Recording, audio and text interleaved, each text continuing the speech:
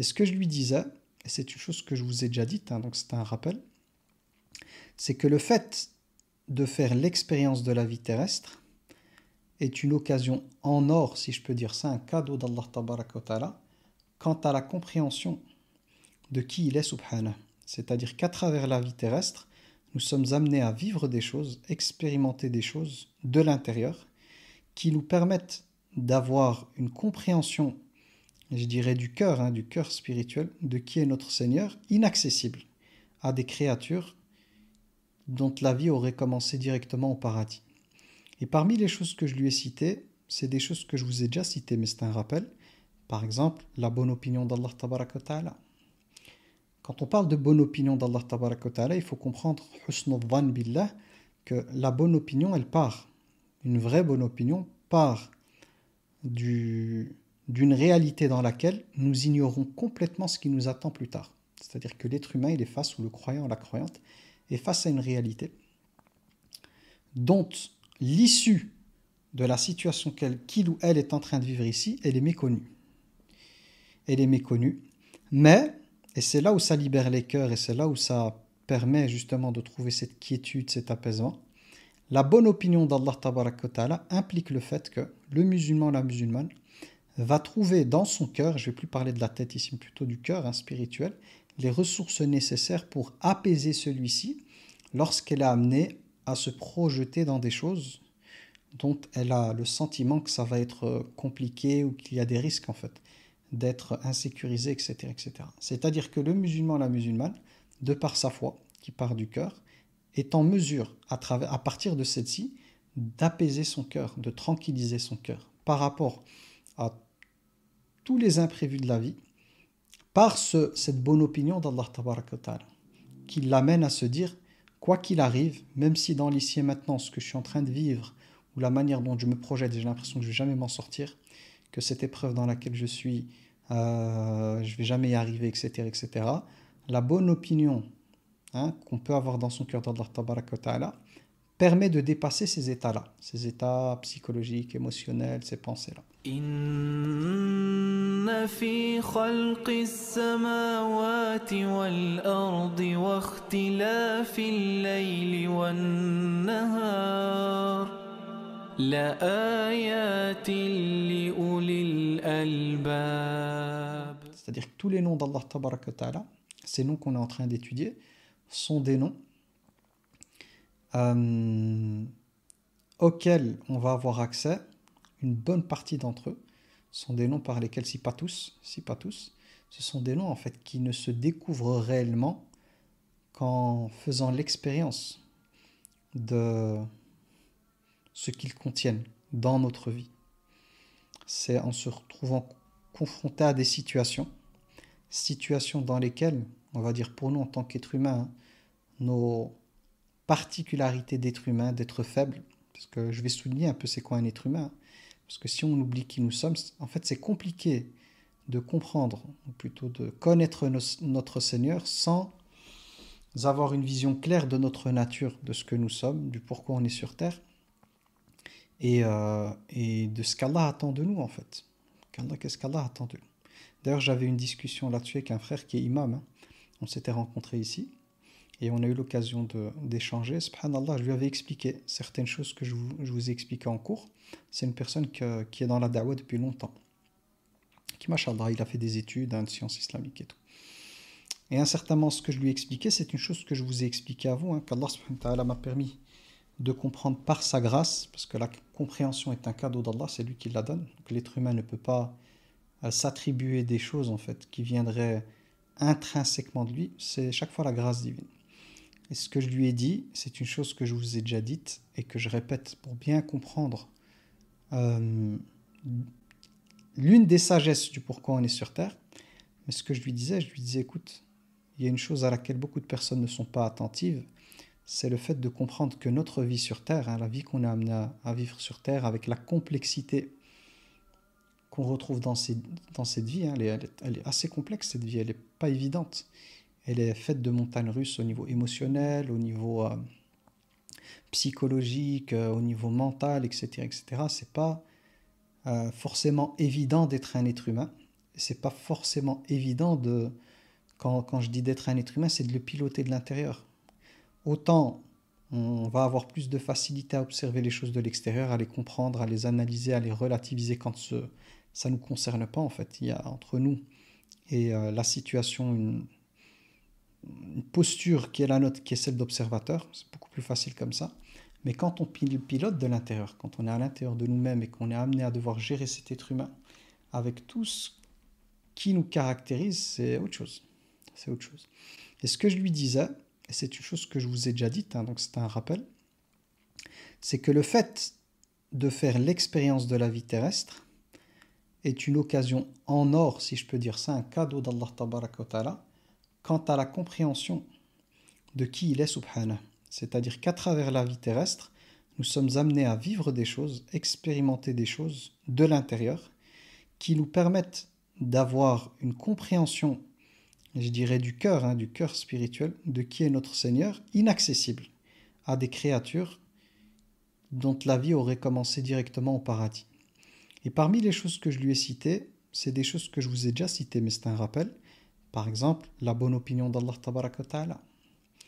Quand on parle de bonne opinion d'Allah Tabaraka wa Ta'ala, il faut comprendre husnul dhann billah, que la bonne opinion, elle part. Une vraie bonne opinion part d'une réalité dans laquelle nous ignorons complètement ce qui nous attend plus tard. C'est-à-dire que l'être humain, il est face, ou le croyant, la croyante, est face à une réalité dont l'issue de la situation qu'il ou elle est en train de vivre ici, elle est méconnue. Elle est méconnue, mais, et c'est là où ça libère les cœurs, et c'est là où ça permet justement de trouver cette quiétude, cet apaisement, la bonne opinion d'Allah Tabaraka wa Ta'ala implique le fait que le musulman, la musulmane, va trouver dans son cœur, je ne vais plus parler de la tête ici, mais plutôt du cœur spirituel, les ressources nécessaires pour apaiser celui-ci lorsqu'elle est amenée à se projeter dans des choses dont elle a le sentiment que ça va être compliqué ou qu'il y a des risques en fait d'être insécurisé, etc., etc. C'est-à-dire que le musulman, la musulmane, de par sa foi, qui part du cœur, est en mesure, à partir de celle-ci, d'apaiser son cœur, de tranquilliser son cœur par rapport à tous les imprévus de la vie, par cette bonne opinion d'Allah Tabaraka wa Ta'ala, qui l'amène à se dire, quoi qu'il arrive, même si dans l'ici et maintenant, ce que je suis en train de vivre, ou la manière dont je me projette, j'ai l'impression que je ne vais jamais m'en sortir, que cette épreuve dans laquelle je suis, je ne vais jamais y arriver, etc., etc., la bonne opinion qu'on peut avoir dans son cœur d'Allah Tabaraka wa Ta'ala permet de dépasser ces états-là, ces états psychologiques, émotionnels, ces pensées-là. Parce que celui ou celle qui connaît réellement Allah Tabaraka wa Ta'ala ne pourrait désespérer de sa miséricorde. Mais la condition, c'est de connaître Allah Tabaraka wa Ta'ala. Et ça me rappelle une réalité à laquelle notre prophète Moussa alayhi salam, Moïse, donc un épisode de sa vie avec son peuple, ils se sont retrouvés à un certain moment, quand ils avaient eu, Allah Tabaraka wa Ta'ala avait révélé à Moussa alayhi salam qu'il devait quitter l'Égypte avec son peuple. À un certain moment, ceux-ci en fuyant l'Égypte se sont retrouvés rattrapés par l'armée de Pharaon, Pharaon, qui les poursuivait. Et son peuple, les gens qui composaient son peuple, ils ont dit Inna la mudarakun. Certainement, on va se faire rattraper. Qui dit rattraper, c'est massacrer. Parce qu'en face d'eux, il y avait la mer, pas d'issue. Donc ils sont comme dans un cul-de-sac bloqué. Et de l'autre côté, il y a l'armée qui arrive, ils vont les rattraper. Et Moussa alayhi salam, étant donné que dans son cœur, en fait, il a une bonne opinion d'Allah qui a été cultivée par l'expérience, c'est ici pour comprendre aussi que la bonne opinion d'Allah ne se télécharge pas dans le cœur comme ça. C'est pas en lisant des livres qu'en lisant des livres qu'on va développer une bonne opinion d'Allah. Ça, c'est juste la carte.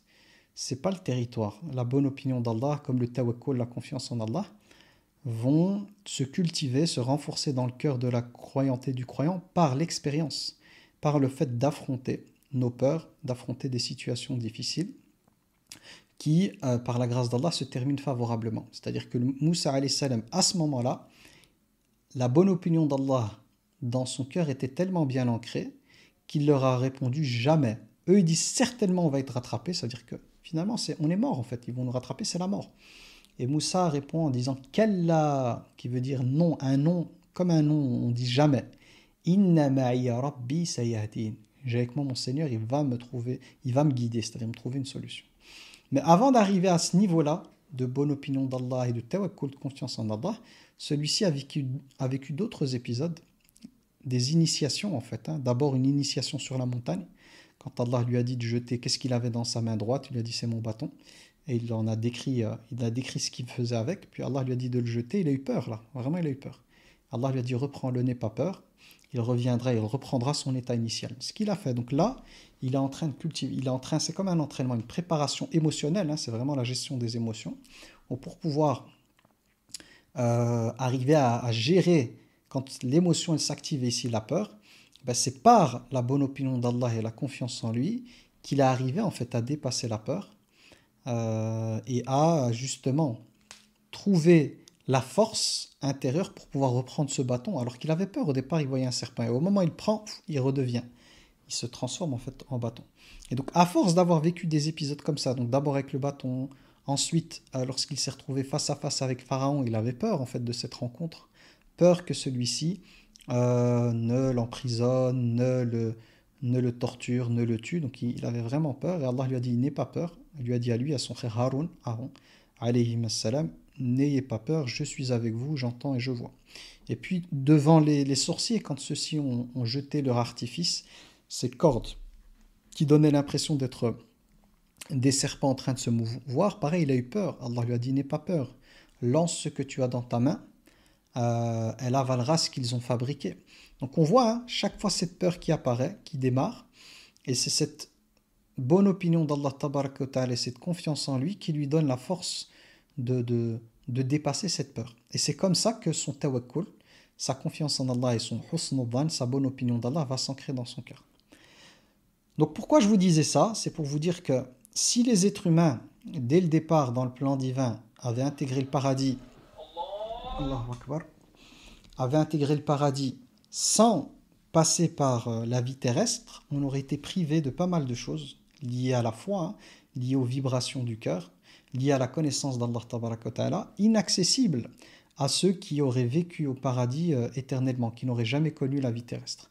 Donc pour nous, cette vie terrestre est une opportunité par laquelle on est amené à cultiver une relation intime avec Allah Tabaraka wa Ta'ala, une relation dans laquelle nos émotions sont activées et dans une relation à partir de laquelle on arrive par cette confiance en Allah qu'on cultive, par ce tawakkul, à prendre le dessus par sa grâce sur nos émotions, sur nos peurs et tout. Et donc ça permet réellement de cultiver une intimité avec lui. Vous savez que les personnes avec lesquelles on a les relations les plus fortes, ce sont les personnes qui étaient là dans les moments les plus difficiles, sur lesquels on a pu compter, sur lesquels on sait qu'on pourra toujours compter. C'est des personnes en général beaucoup plus proches de notre cœur que des personnes sur lesquelles on ne compte pas, qui risquent de nous abandonner pour un oui, pour un non, voilà, qui peuvent nous trahir, etc., etc.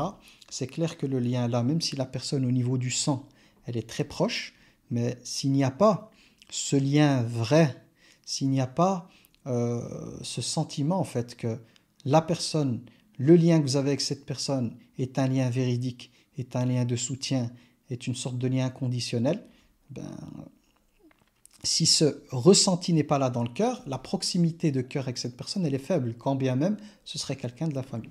Donc avec Allah Tabaraka wa Ta'ala sur terre, justement, on a l'occasion de développer une relation spirituelle avec lui subhanahu, qui ne peut pas être expérimentée pour ceux qui seraient nés au paradis et qui auraient grandi au paradis.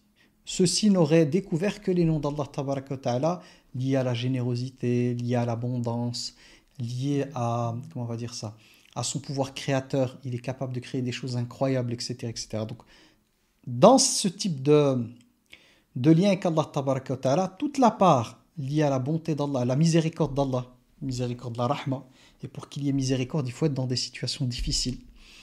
La miséricorde, on trouve dedans l'empathie, la bienveillance, la douceur, voilà, l'assistance, c'est tout ça qu'on retrouve dans la miséricorde, et bien davantage au paradis.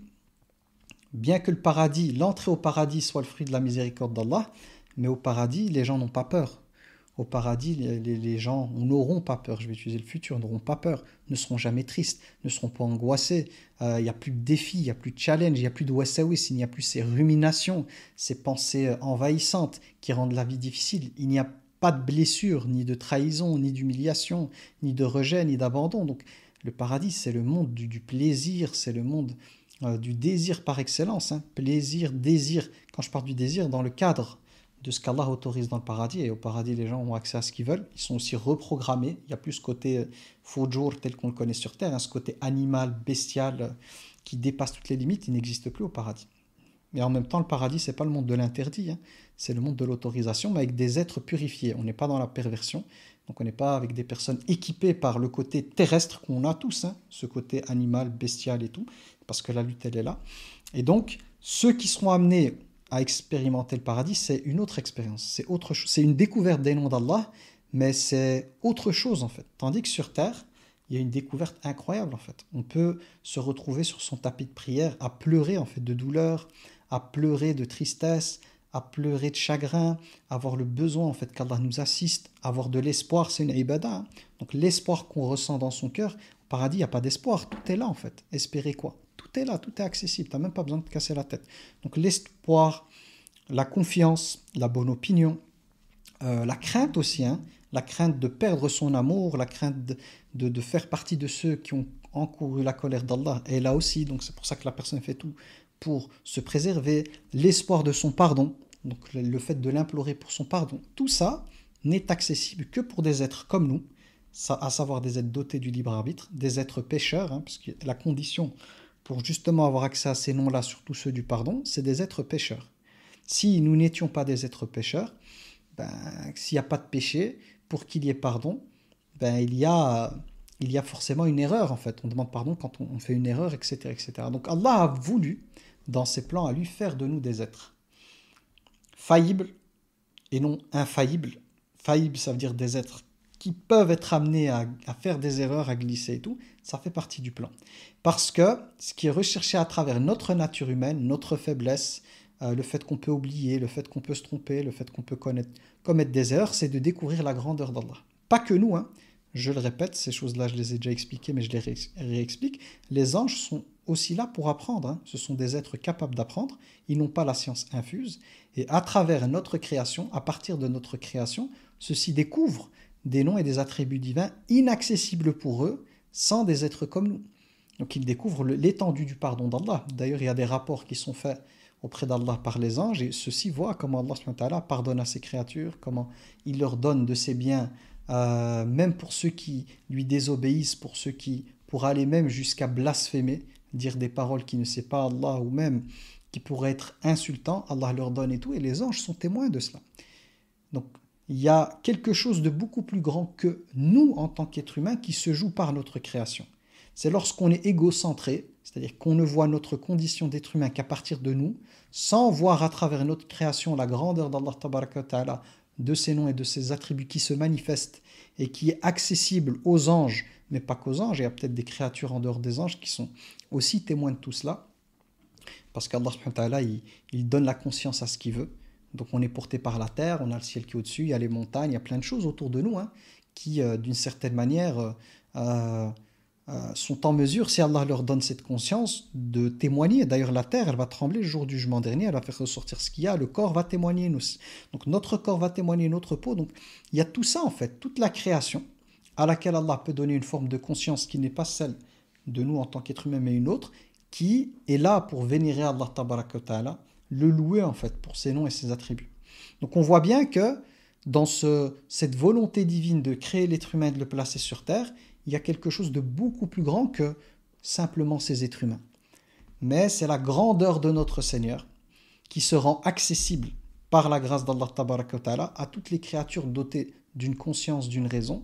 Et c'est lui subhanah, c'est ses noms et ses attributs à lui subhanah qui se manifestent à toutes ces créatures.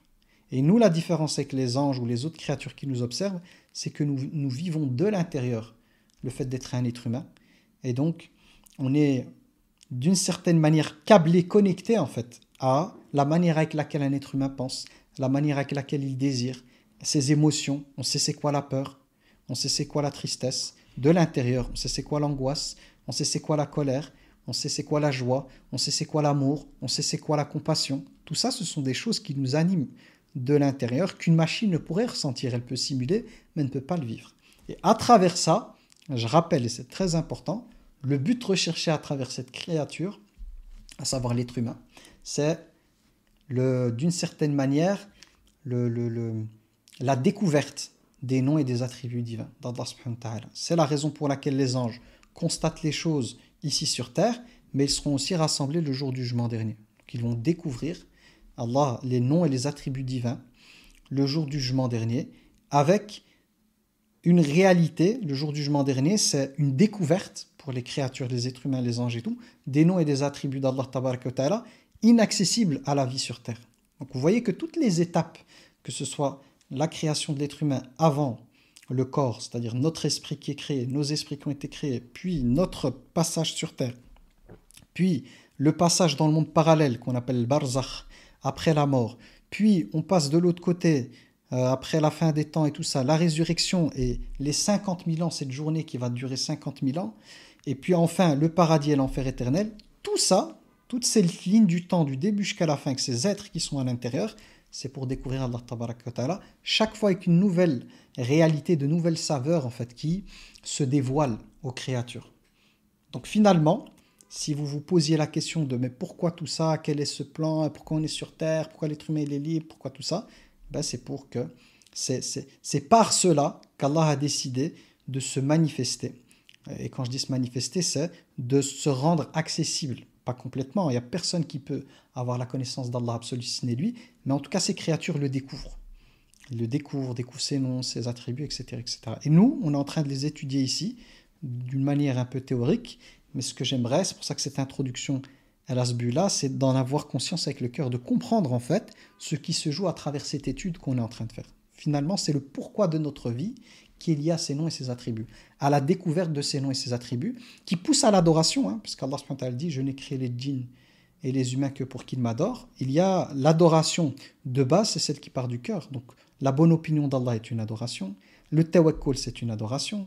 Pourquoi ce sont des adorations? Parce que c'est des états intérieurs par lesquels on déploie intérieurement notre rapport de serviteur et de servante à Allah tabaraka wa ta'ala.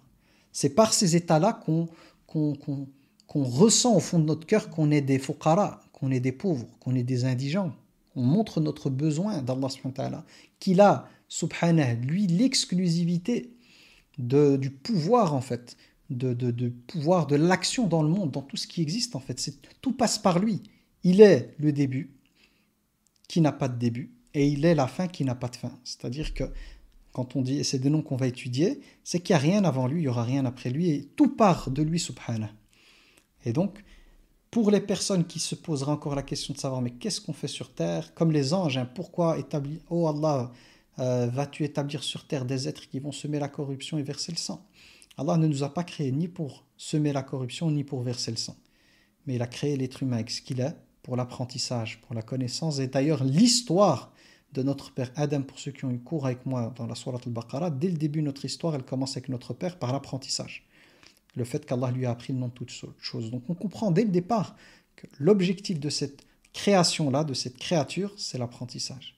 Et quelle est la plus belle science, la plus belle connaissance? C'est celle d'Allah subhanahu wa ta'ala. C'est de découvrir en fait ce créateur et découvrir la sagesse qui se cache derrière les événements et la vie. C'est la raison pour laquelle au moment de notre mort, c'est fini. Tout le rapport égotique que nous avions par rapport à notre vie, toutes les projections qu'on était amené à faire, que ce soit des projections de l'ego liées au désir ou à l'image. Quand c'est l'image, ce sont les projections narcissiques.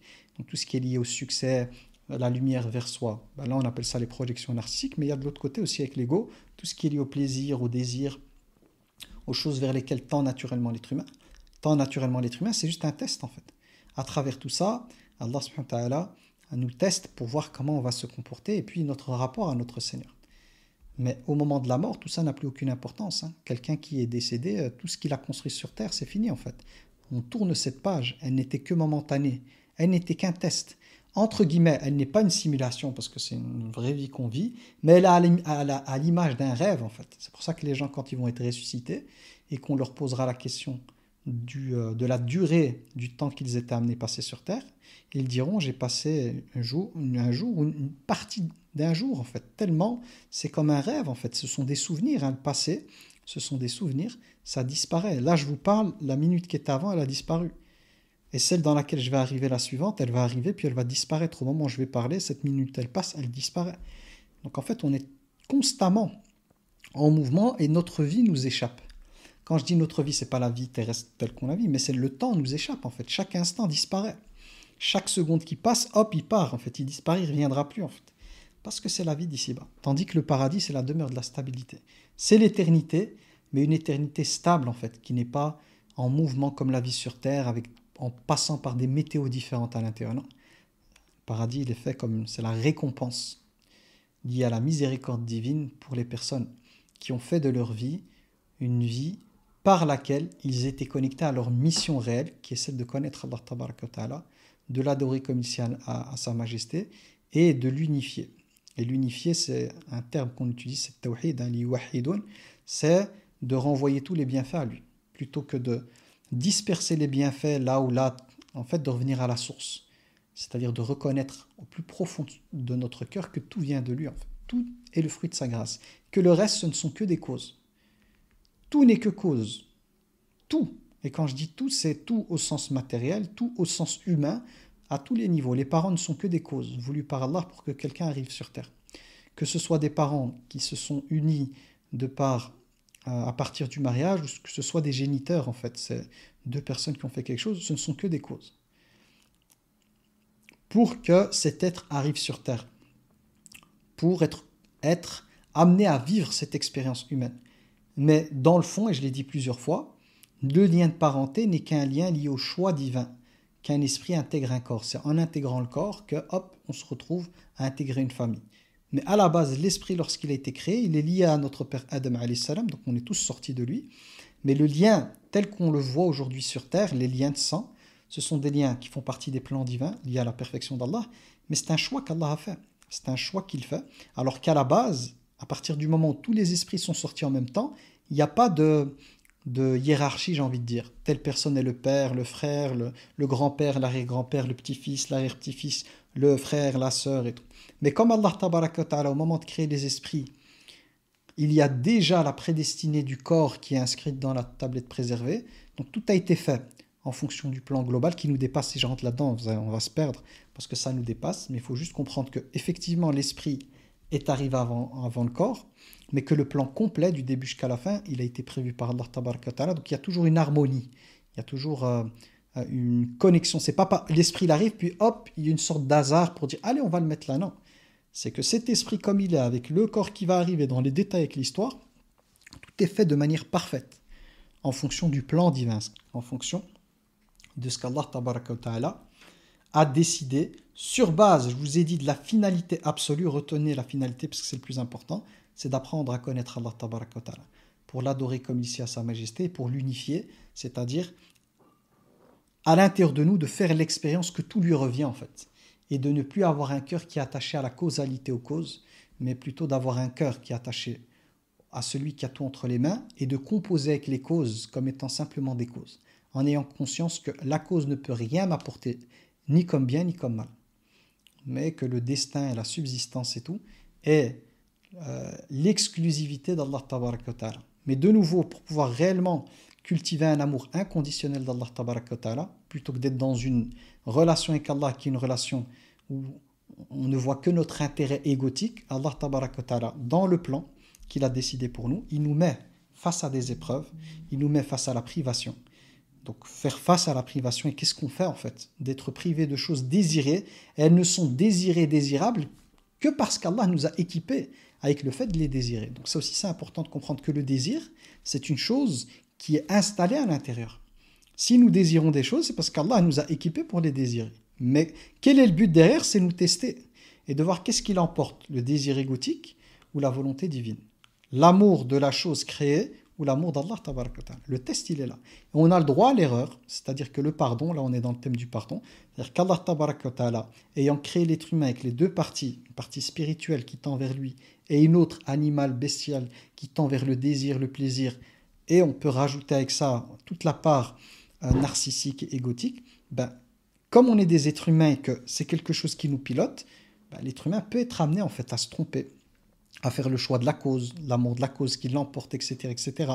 Donc à désobéir à Allah pour la chose, mais le but c'est de se retrouver avant de quitter ce monde, parce que le plus important c'est la dernière partie de notre vie, en ayant dépouillé son cœur, débarrassé son cœur de toute chose en dehors d'Allah Tabaraka wa Ta'ala. Quand je dis ça, aimer c'est normal, hein, mais c'est toujours avoir un amour. En fait, les choses doivent être aimées dans leurs limites, pas au-delà de leurs limites. Sinon, on en fait une sorte de divinité, d'une chose adorée. Donc c'est toujours aimer l'amour naturel qu'on ressent dans notre cœur, des choses désirées, désirables, c'est normal, c'est là. Mais ce qui doit dominer dans notre cœur, et c'est là où le travail se fait, c'est que l'amour d'Allah doit être au-dessus de tout amour et doit soumettre en fait tout le reste. Tout le reste doit être soumis à l'amour d'Allah. Et donc il y a justement, pour pouvoir cultiver cet amour inconditionnel d'Allah, il est prévu dans les plans divins sur terre, contrairement au paradis, que l'être humain soit confronté à la privation. Que l'être humain soit confronté, quand je dis privation, c'est une chose qu'il désire qu'il n'aura peut-être pas. Et ça fait partie pour voir qu'est-ce qui se passe. Ou il y a une autre forme de privation, c'est que l'être humain a quelque chose et qu'il la perde en fait, qu'elle disparaisse. Et ça, c'est dans tout ce qui existe. On peut avoir reçu quelque chose, ok, et de faire l'expérience de la disparition de la chose. Que la chose soit humaine, donc qu'on le veuille ou non, si on vit longtemps, on va être séparé des êtres avec lesquels on a été amené à tisser une relation, ça fait partie de la vie. La mort fait partie de la vie. Donc, toute personne dont le destin, par la volonté divine, le destin implique que cette personne vivra très longtemps, doit se préparer à perdre des choses à laquelle elle tient. Parmi celles-ci, il y a les personnes qu'elle aime, il y a aussi sa santé, parce que vieillir, c'est aussi perdre sa jeunesse, c'est voir sa santé petit à petit se dégrader, c'est perdre des aptitudes qu'elle avait, perdre une force qu'elle avait, la force de la jeunesse qui se perd, plein de choses qui se perdent en fait. Donc la vie c'est comme ça, la vie c'est recevoir, et Allah au moment où il donne, il nous teste pour voir comment on fait quand on reçoit, comment on gère les dons divins, mais c'est aussi être privé, ou se voir retirer des choses. Et cette vie elle est comme ça, on goûte un peu, c'est des parfums en fait qu'on est amené à vivre, et dans ce test-là, il y a l'idée de voir, c'est pour nous, c'est un test pour voir comment on réagit. Et si on rate, Allah est pardonneur. Si imaginons quelqu'un qui a été privé et qui réagit mal, qui ne réagit pas comme il faut, effectivement, en faisant ça, elle commet une erreur, elle peut même tomber dans le péché. Mais comme Allah est pardonneur et qu'on est là pour s'améliorer et se corriger, il y a un temps qui lui est donné. Le temps, c'est avant de quitter ce monde pour demander pardon, se réformer, voilà, nettoyer son cœur de cet attachement-là, etc., etc. Donc on voit que le pardon ici est beaucoup plus large que simplement le péché, qu'il va même jusqu'à qu'il est lié aussi au fait que nous sommes amenés, nous en tant que personnes, à commettre des erreurs, et avec le pardon, c'est de réparer et de s'améliorer en fait. Il y a l'idée qu'Allah nous donne des chances par le pardon, parce qu'on est des êtres humains et qu'on est des êtres faillibles. Mais au-delà de l'humain, à travers le pardon, avec notre condition d'être humain, de nouveau, c'est la découverte de la grandeur des attributs et des noms d'Allah subhanahu wa ta'ala qui sont liés à la perfection, qui sont liés à ce qu'il y a de plus beau, ce qu'il y a de plus parfait, ce qu'il y a de plus excellent en fait. Et ça, j'ai envie de dire, en tout cas si on prend ces noms qui sont là, s'il n'y avait pas notre nature humaine, comment pourrions-nous faire l'expérience du pardon? Et donc le fait d'avoir trois noms issus des mêmes lettres de base pour le pardon d'Allah, c'est pour montrer que ce pardon, il est au-delà de ce qu'on pourrait imaginer. C'est-à-dire que de tous les côtés, il y a ce pardon qui est là, si vous voulez. À partir du moment où Allah subhanahu wa ta'ala a décidé, c'est lui qui a choisi à partir de la langue arabe de se nommer avec ces trois noms-là, et on a vu qu'il y avait plusieurs formes, on a vu ici 7 formes qu'on retrouve, c'est pour montrer l'étendue de son pardon. Qu'il veut, subhanahu, nous pardonner. Et que celui ou celle qui est privé du pardon d'Allah, c'est parce que la personne, elle a refusé. Elle s'est enorgueillie. C'est l'orgueilleux qui n'aura pas le pardon. Comme le diable, en fait. Le diable a refusé de demander pardon, il a refusé de se prosterner devant notre Père, il a refusé de se remettre en question. C'est la raison pour laquelle il ne sera pas pardonné, parce qu'il n'a pas accueilli ce nom-là. Il était tellement égocentré. Le diable est vraiment égocentré dans le narcissisme, j'ai envie de dire le plus absolu, en disant je suis meilleur que lui, je suis fait de feu alors qu'il est fait de terre pour notre père Adam alayhi salam, que ce rapport à soi narcissique, ou de son image en fait, c'est ce qui est le plus important pour lui, est devenu sa divinité. Et donc quand Allah lui ordonne, lui, il ne voit pas à travers la connaissance et à travers la pratique qui était la sienne, il ne voit pas se manifester devant ses yeux, en fait, la grandeur de son Seigneur. Mais il est plutôt connecté, c'est ça l'orgueil, c'est de voir sa grandeur à lui, en fait. Ce qui l'intéresse, c'est sa grandeur à lui, grandeur qu'il se fabrique dans sa tête, en fait, qu'il s'imagine. Donc il est à côté de la plaque, le pourquoi il a été créé, et tout ce qu'Allah subhanahu wa ta'ala aurait pu lui donner comme connaissance et comme paix de l'âme par rapport au pourquoi Allah subhanahu wa ta'ala nous crée et pourquoi il met tout ça en place pour qu'on apprenne à le connaître, il est complètement privé de cela. Ce qu'il a privé, c'est son ego et son narcissisme en fait. Donc pour lui, c'était insupportable de voir qu'Allah tabaraka wa ta'ala puisse privilégier une autre créature que lui. Mais ce qu'il n'a pas compris, c'est qu'à travers Adam alayhi salam, c'est la grandeur d'Allah qui se manifeste. L'être humain, il est faible. C'est Allah qui a appris à Adam alayhi salam le nom de toute chose, c'est lui qui l'a équipé de son cerveau, de son cœur spirituel, de son âme, qui l'a équipé d'émotions et tout ça. Allah subhanahu wa ta'ala. Donc à chaque fois que l'être humain il est amené à faire quelque chose de bien, à chaque fois que l'être humain se distingue, il ne se distingue que par la grâce divine. Donc c'est la grandeur d'Allah qui se manifeste. À travers les belles réalisations humaines, ce n'est que la grâce divine. Mais quand on est égocentré, on ne voit en fait dans les dons qu'Allah nous a donnés que notre personne en fait. On ne voit pas la grandeur d'Allah se manifester, et sa grâce se manifester. Et là c'est le danger, que ce soit pour Shaitan ou pour toute autre personne qui ne recherche à travers la connaissance, qui ne recherche à travers l'adoration que sa propre personne, l'image en fait. On revient à ce fameux narcissisme. C'est l'image, le prestige, etc., etc. Être là-dedans, c'est rater complètement le pourquoi de notre création et de notre existence. Ok ? Donc, là, rapidement, quelques éléments linguistiques. Le but, c'est un rappel. Les noms, je vous ai dit, ils sont tellement vastes que je n'ai pas la prétention de pouvoir tout dire dessus, mais l'idée, c'est de goûter. On est là pour goûter, on est là pour aller de manière beaucoup plus profonde et pas s'arrêter simplement « Allah pardonne tout ». Oui, Allah pardonne tout. Mais qu'est-ce que ça dit de manière beaucoup plus profonde, en fait ?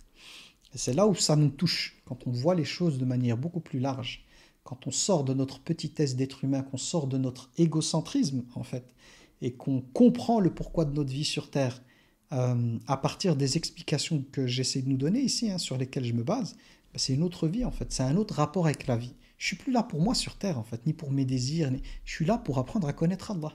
Et pour le connaître, pas avec la tête, ça peut partir de la tête, mais vraiment avec le cœur, avoir des vibrations de qui est mon Seigneur, ça demande en fait de me frotter à mon ego, de me frotter à mes projections narcissiques, de me frotter à mes émotions, de me frotter à mon passé, de me frotter à mes blessures, de me frotter à mes désirs, de me frotter à mes rêves, de me frotter à tout ça en fait.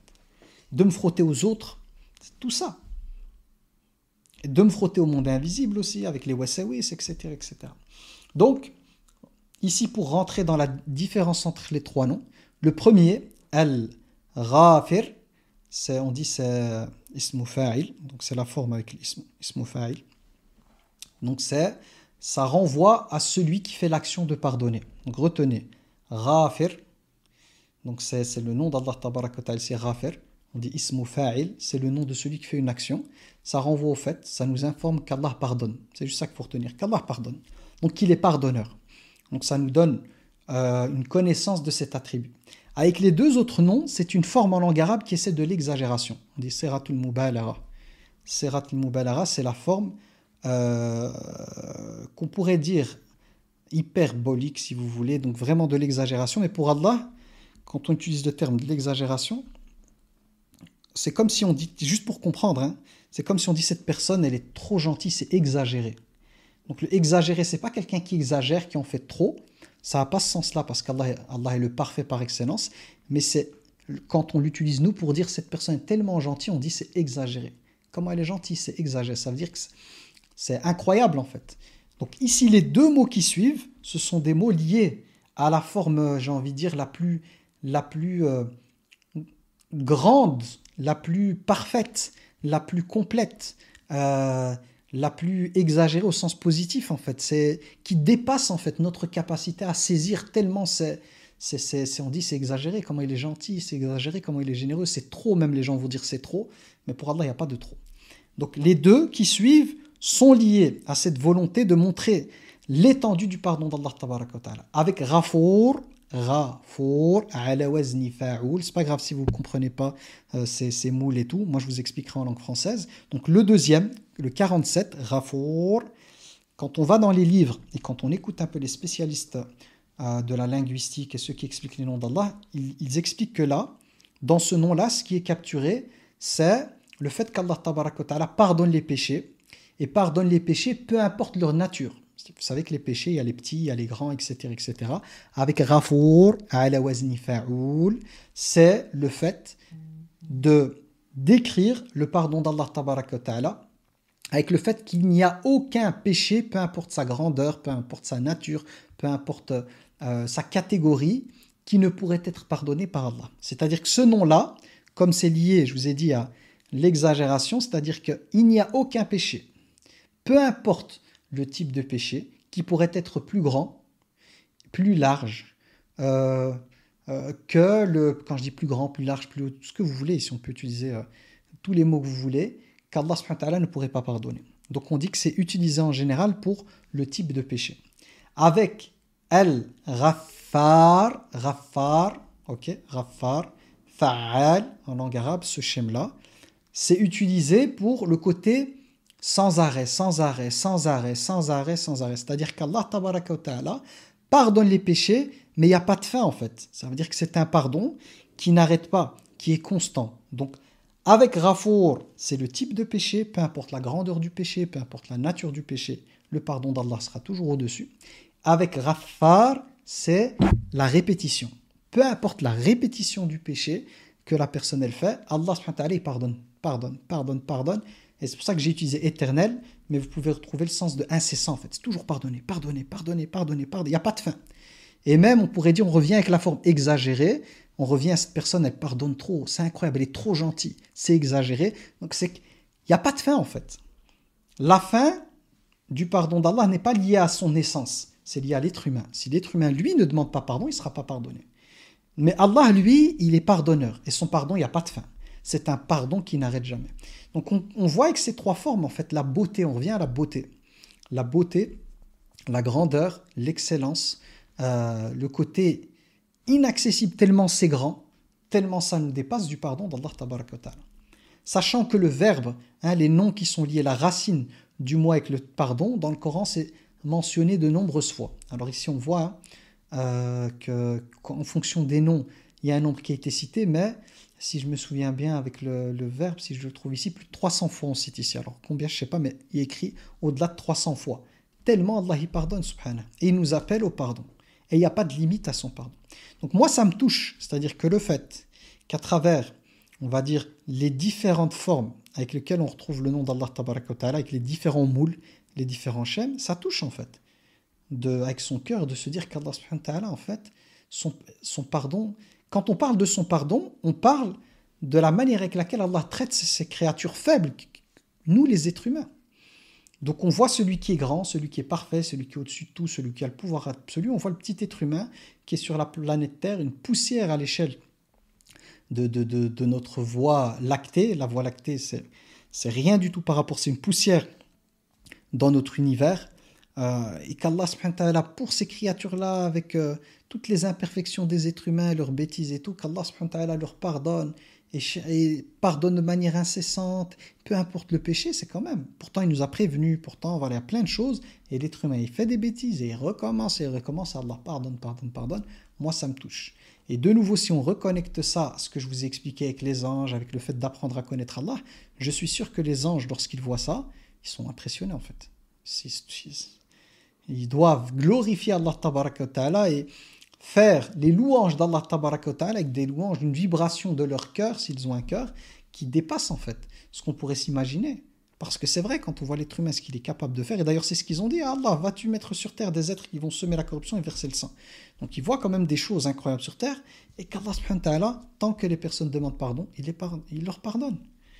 Donc vous voyez le fait que ça nous dépasse en fait. Il n'y a pas juste nous derrière ça. C'est beaucoup plus large que simplement l'être humain. D'où le fait de ne pas être égocentré quand on essaie de comprendre les textes, d'avoir une vision des textes à l'échelle de la grandeur du Créateur et de sa création en fait. Et c'est là où les secrets apparaissent.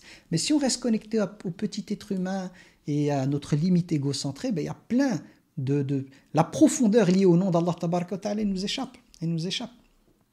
Donc ici, moi, je ne vais pas trop rentrer dans les textes. Le but, c'est que vous compreniez en fait les choses les plus importantes liées à ça. Il y a quand même du texte ici, que je laisse un peu quelques minutes, comme ça dans le replay, vous pouvez retrouver et lire à votre aise. Mais je pense que, voilà, avec ce que j'ai dit juste avant, juste pour pouvoir distinguer les trois noms ici, je pense que vous avez retenu ce qui est le plus important. Le but, c'est de comprendre que le pardon d'Allah, subhanahu wa ta'ala, il dépasse notre entendement. Et que Allah tabaraka wa ta'ala couvre, retenez couvrir, hein, avec ce nom-là, ces noms-là, il y a l'idée de couvrir. Et couvrir, c'est quelque chose d'hyper important, c'est de comprendre que quand on parle de couvrir, c'est de montrer à quel point l'être humain, on revient au regard des gens, on est très très sensible au regard des gens. On est très sensible à l'image que peuvent avoir les gens de nous. Et surtout sensible en fait au fait de ne pas vouloir, l'être humain ne veut pas que les gens puissent avoir une mauvaise image de sa personne. Et donc Allah tabaraka wa ta'ala ici, c'est pas juste pardonner, retenez ça, c'est pas juste pardonner, mais c'est de couvrir la chose qui est liée à l'un des éléments les plus importants pour l'être humain. Chose que si elle vient être touchée chez l'être humain, il en souffre d'une souffrance terrible, à savoir sa personne, son image. Et la blessure par rapport à laquelle Allah nous met à l'abri avec ce nom, c'est le rejet. Si les gens découvraient les bêtises que l'être humain serait amené, chacune, si Allah tabaraka wa ta'ala nous dévoilait les uns auprès des autres par rapport à chacun les bêtises qu'il fait ou les bêtises qu'il a commis avec les détails, il y aurait peut-être du rejet, il y aurait des paroles rabaissantes, il y aurait du dégoût, etc., etc. Mais Allah, par sa grâce, pour vous montrer qui il est, c'est pas juste pardonner en fait, parce qu'il pourrait nous pardonner tout en nous dévoilant. Donc dévoiler, pardonner. Mais là, c'est hyper puissant parce que avec ce nom-là, vu qu'il contient le sens de couvrir, ça montre d'un point de vue psychologique que pour l'être humain, c'est hyper important que son image ne soit pas dégradée. C'est hyper important que son image soit préservée. C'est hyper important ce que les gens pourraient penser de lui. Donc quand des gens souffrent en fait de la peur du regard des autres, c'est normal, c'est Allah qui nous a équipés comme ça, d'où la honte, mais c'est ça en fait. Parce qu'il y a des personnes sur terre qui commettent des péchés qui n'ont pas honte, qui eux-mêmes se dévoilent. Et on voit le danger en fait d'une personne qui n'a pas cette honte, qui n'est pas gênée, parce qu'à partir du moment où la personne n'a plus cette pudeur en fait, parce qu'on parle de pudeur, elle est capable de faire des choses mais horribles en fait. Et elle n'en a que faire des gens. Donc le fait d'être mal à l'aise quant au fait de se dire j'ai pas envie que les gens découvrent en fait mes péchés et tout, c'est une chose positive. Parce que s'il n'y avait pas cet état-là, l'être humain sera amené à faire des dingueries. Et on le voit, hein, il y en a plein en fait comme ça, qui n'ont plus du tout cette pudeur qui est là, qui n'ont plus du tout cette honte en fait, qui sont capables de se balader nus. Hein, moi je me souviens dans les médias, hein, si je prends, sans citer les pays, mais des gens qui avaient une journée où ils se baladaient nus en vélo et tout, et pas de honte, tranquille. Alors que tout être humain tel qu'il est équipé à la base, vous prenez n'importe quel enfant qui a été éduqué avec qui est équipé de cette fitra, hein, dès qu'il y a un truc lié à la nudité, automatiquement il se couvre, comme notre père Adam alayhi salam, lorsqu'il a commis son erreur, le premier réflexe qu'il a eu quand il a perdu ses vêtements, peut-être c'était des vêtements de lumière, je suis plus sûr si c'est de lumière ou pas, mais en tout cas sa nudité a été dévoilée, directement il a eu honte, il s'est couvert. Donc avoir honte est une chose positive. Vouloir se préserver du regard des autres, donc vouloir chercher à cacher ses défauts, ça fait partie de la volonté divine.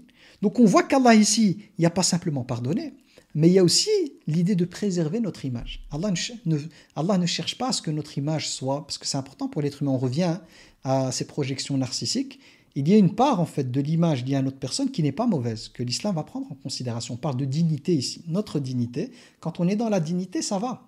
Dire le fait de ne pas accepter que on nous manque de respect, qu'on nous humilie et tout, c'est une chose saine. Là où ça va poser problème, c'est lorsque le rapport à soi est un rapport exagéré, en fait, on s'exagère. On est dans la supériorité, on est dans le nombrilisme, c'est là où ça pose problème.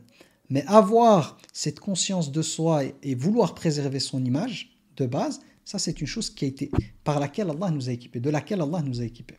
Et donc avec ce nom-là, il y a cette volonté de préserver et de couvrir. Et moi je trouve ça trop beau en fait, parce que notre Seigneur, d'un côté, il y a le pardon, on l'a compris, mais il y a une chose hyper importante pour nous, à laquelle on tient tous, qu'on le veuille ou non, même ceux qui masquent, qui disent moi je m'en fous des gens, non en fait. Sauf s'il y a un vrai problème psychologique, là on s'en fout tout le monde, mais cette pudeur elle est là quelque part.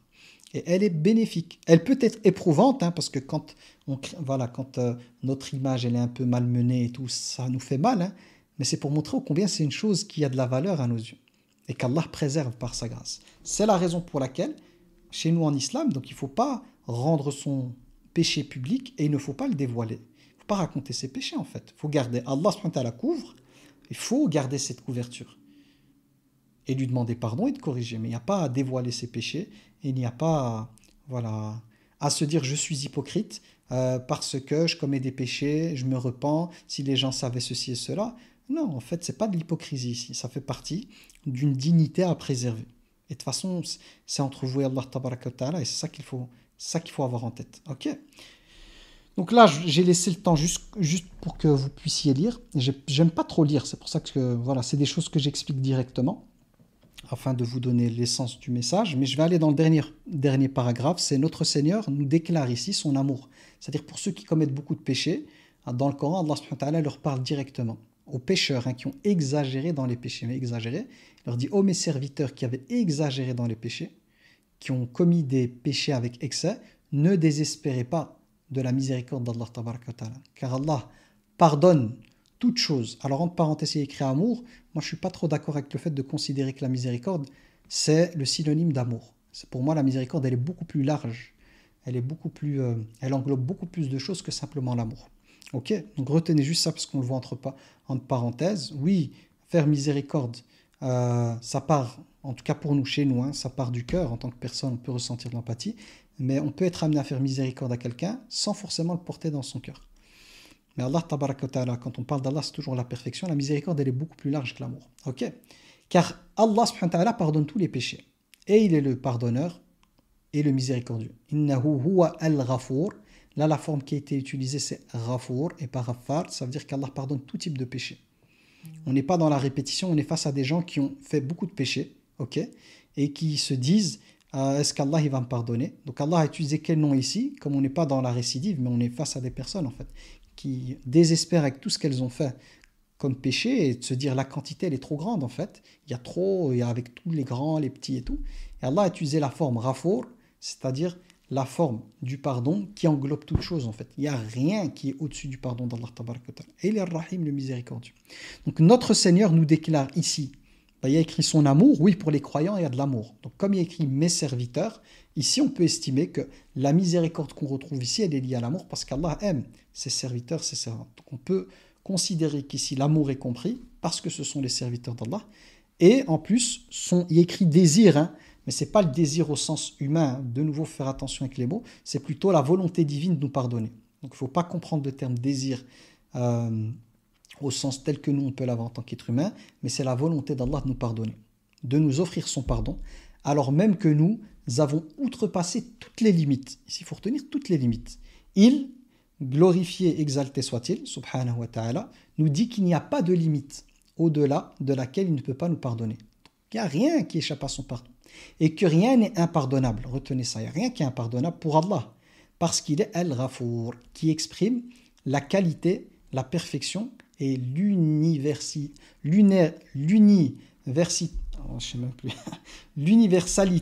Je répète, l'universalité du pardon d'Allah. Que son pardon, il est au-dessus de tout. Et certains expliquent le nom, le shem avec lequel, en langue arabe, on retrouve Ghafour, donc le deuxième, le 47e. Ils disent que, en général, ce shem est utilisé pour la matière. Donc, en dehors d'Allah tabaraka wa ta'ala, pour parler de la matière. Comme le wadu. Le wadu, par exemple, c'est l'eau qu'on va utiliser pour faire les ablutions. Le sahour, c'est le repas qu'on va prendre au temps avant l'aube. Il y a un repas qu'on prend qui est le sahour. Donc ils disent que c'est le mot qu'on utilise en général pour la matière. Ça veut dire quoi? Ils expliquent qu'à ce moment-là pour Allah, parce que pour Allah, il y a la langue, mais quand on part pour Allah, il faut toujours exempter Allah de toute imperfection et ne pas faire correspondre les créatures au Créateur. Mais pour Allah tabaraka wa ta'ala, ça voudrait dire quoi? Qu'il est tout pardon en fait. Ça renvoie à la nature d'une chose. En langue arabe, ce shem-là renvoie à la nature d'une chose. Et donc, qu'est-ce que ça voudrait dire? Le fait qu'Allah ait choisi ce shem-là, c'est qu'il est tout pardon. C'est comme ça qu'on devrait le comprendre. Qu'Allah, il est tout pardon, subhanahu. Alors que, ça je pense que c'était pour Ghafour. Donc, alors que pour Ghaffar, comme on le retrouve, ce shem-là, Ghaffar, donc en langue arabe c'est Fa'al, le shem Fa'al. C'est pas grave, ceux qui ne comprennent pas l'arabe, je vous explique chaque fois en français. C'est la forme pour le 48e qu'on utilise pour les métiers, comme Najjar. Najjar, c'est le menuisier. Ok, menuisier. Haddad, celui qui... le forgeron, celui qui s'occupe du fer, le forgeron. En langue arabe, on l'appelle Haddad. Donc cette forme-là est utilisée pour la forme des métiers. C'est-à-dire quelque chose que la personne elle fait tout le temps, tout le temps, tout le temps, tout le temps. C'est son métier en fait. On l'appelle comme ça menuisier parce que toute sa vie, il passe sa journée en fait à travailler le bois, à faire des pièces avec le bois. Le forgeron par exemple, c'est le fer en fait, à construire, à fabriquer des instruments avec le fer. Et on a encore plein de formes comme ça en langue arabe. Donc c'est le shem en général qu'on utilise pour les métiers. Quelle est l'idée voulue? Je vous l'ai déjà expliqué, c'est le côté qu'Allah pardonne tout le temps, tout le temps, tout le temps, tout le temps, tout le temps, tout le temps, tout le temps, sans cesse en fait. Et ça, je vous l'ai déjà expliqué. Donc là, on a vu ça. Maintenant, ce que je veux, c'est des ahadiths, parce qu'il y a beaucoup de textes. Moi, j'ai envie, Inch'Allah, de terminer avec vous aujourd'hui, parce qu'il y a pas mal de choses ici, hein, mais j'ai envie d'avoir des textes qui nous permettent réellement de goûter en fait à la profondeur de ce pardon. Donc là, on a vu chaque seconde qu'Allah pardonne avec Ghaffar. Je vous ai expliqué tout ça, je l'ai déjà expliqué. Hein. Donc on voit ici Ghaffar, c'est celui qui pardonne à chaque instant, à chaque seconde, de manière continue et en abondance. Il exprime l'intensité du pardon au sens quantitatif et répétitif. Donc c'est la quantité et la répétition, ici dans l'explication qui est donnée, à la mesure, et bien même au-delà, des fautes innombrables et répétées. Donc on voit le côté répété, répété, qu'Allah pardonne sans cesse, sans cesse, sans cesse. Donc tout ça, on l'a vu. Moi, je vais aller dans les hadiths parce qu'on a fait 1 heure déjà là. Je vérifie juste ici. Ouais, voilà, on va aller à la suite, Inch'Allah. Vous pouvez mettre pause, hein, c'est pour ceux qui aiment bien le texte. Je pense que moi, alhamdoulilah, j'ai pu aller là où je voulais au niveau de l'explication de la différence entre les trois noms. Maintenant, j'aimerais bien avoir des hadiths qui nous permettent de goûter au combien le pardon d'Allah il est immense. Donc là, il y a la dimension voile dont je vous ai parlé, qu'Allah couvre. Et je vous ai dit, ça couvre quoi? Ce qui est vraiment important pour nous, c'est notre image, etc., etc. Il y a plusieurs choses qui sont voilées ici. Hein. Donc, le premier de ces voiles est celui par lequel il a dissimulé l'intérieur de notre corps, ce qui nous inspirait dégoût et répugnance, s'il ne les avait pas soustraits au regard. Nos organes, nos viscères, sécrétions. Donc on voit déjà le côté couvrir, le fait qu'Allah couvre, hein, parce que le terme renvoie au niveau linguistique à couvrir, ben, il y a déjà le fait de couvrir ce qu'il y a à l'intérieur, effectivement. Il y a des choses à l'intérieur, si on devait nous rendre comme une bouteille, comme du verre en fait, rendre l'accessible de nos organes, rendre nos organes accessibles par un corps transparent, voir l'intérieur comme ça, les intestins, ce qu'il y a dans les intestins, c'est pas forcément beau, ça créerait du dégoût. Raison pour laquelle Allah tabaraka wa ta'ala a couvert pas mal de choses et même a fait de nos yeux des yeux qui ne sont en mesure que de voir en fait ce qui peut apparaître de beau chez l'être humain. Si on avait des yeux qui pouvaient zoomer plus, on verrait les pores, vous voyez, les petites cavités dans notre peau. C'est pas super beau en fait de voir ça. D'ailleurs, moi j'ai déjà vu des vidéos avec microscope et tout, quand on voit le sébum et tout, c'est pas très beau. Donc on voit même qu'Allah subhanahu wa ta'ala a fait de nos yeux des yeux qui vont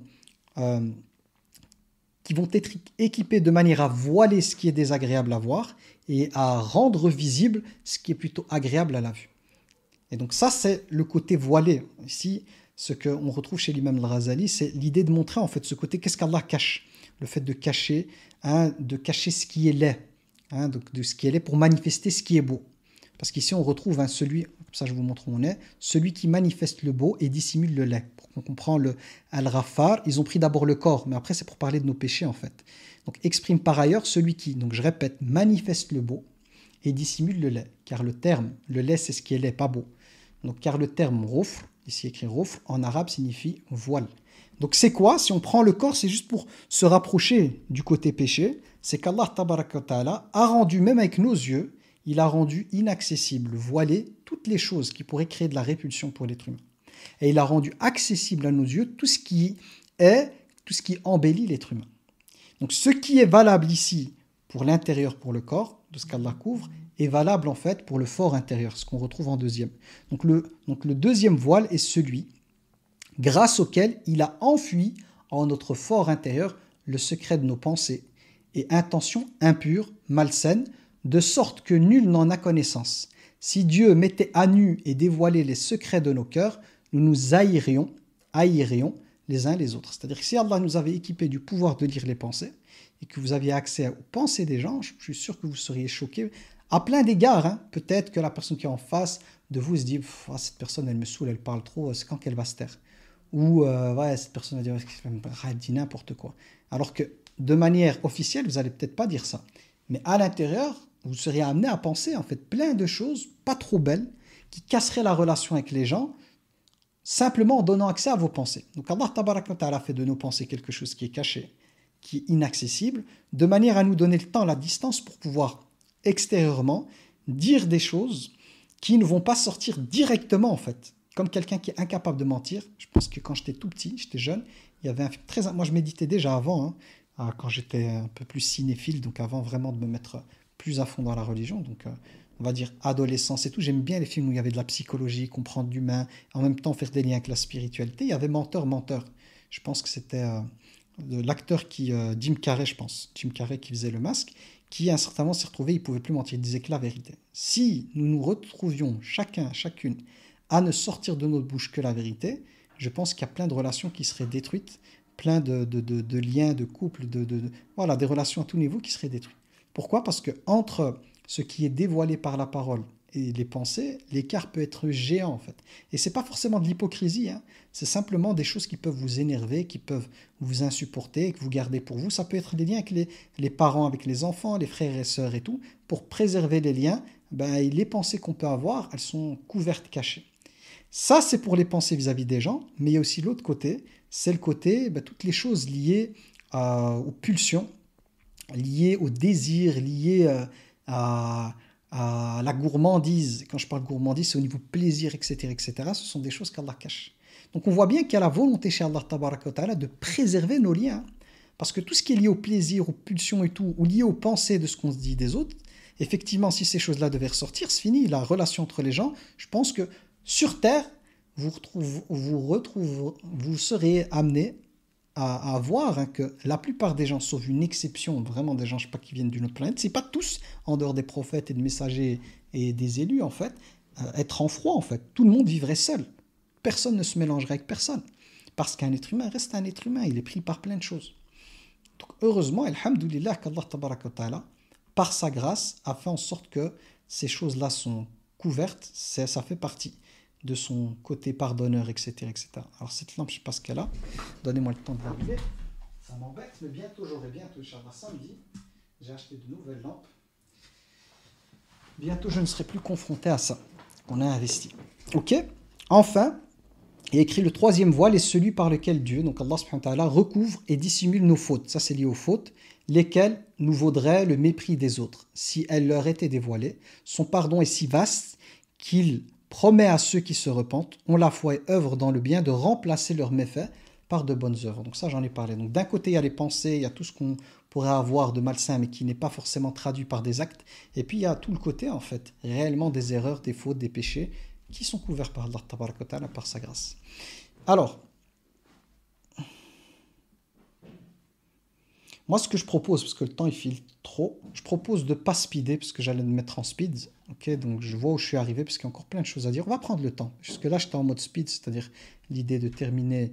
Mais pourquoi terminer en fait? Qu'on se délecte de ces noms-là. Donc, ce que je vais faire prochaine fois, on prendra le temps de revenir là-dessus, parce qu'il y a encore pas mal de choses. Ici, on a ça, mais après, on a tous les ahadiths. Ça, il n'a pas mis à jour. Subhanallah, ben, ça tombe bien que je ne vous ai pas fait ça, parce que normalement, j'ai mis à jour.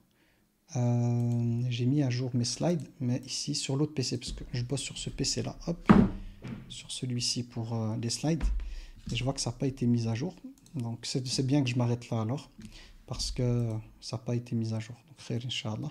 Donc je vais m'arrêter là-dessus, ça tombe bien. Ça me dit, c'est un signe, comme un signe pour me dire que ta bac ne speed pas. Donc on va s'arrêter là-dessus. Subhanakallahumma wa bihamdik. أشهد أن لا إله إلا أنت أستغفرك وأتوب إليك سبحان ربك رب العزة عما يصفون وسلام على المرسلين والحمد لله رب العالمين.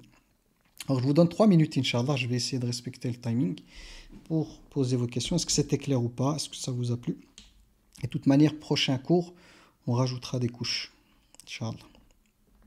Ça sert à rien de se presser et de mettre le turbo. Jazakallahu khairan, Amou, c'était clair et salutaire. Alhamdulillah, rien à rajouter. Alhamdulillah, hadak nour, Allah ynourk. Alors, ne me dites pas que vous n'avez pas eu le temps, hein, donc je vous donne vraiment le temps. Take your time, everybody.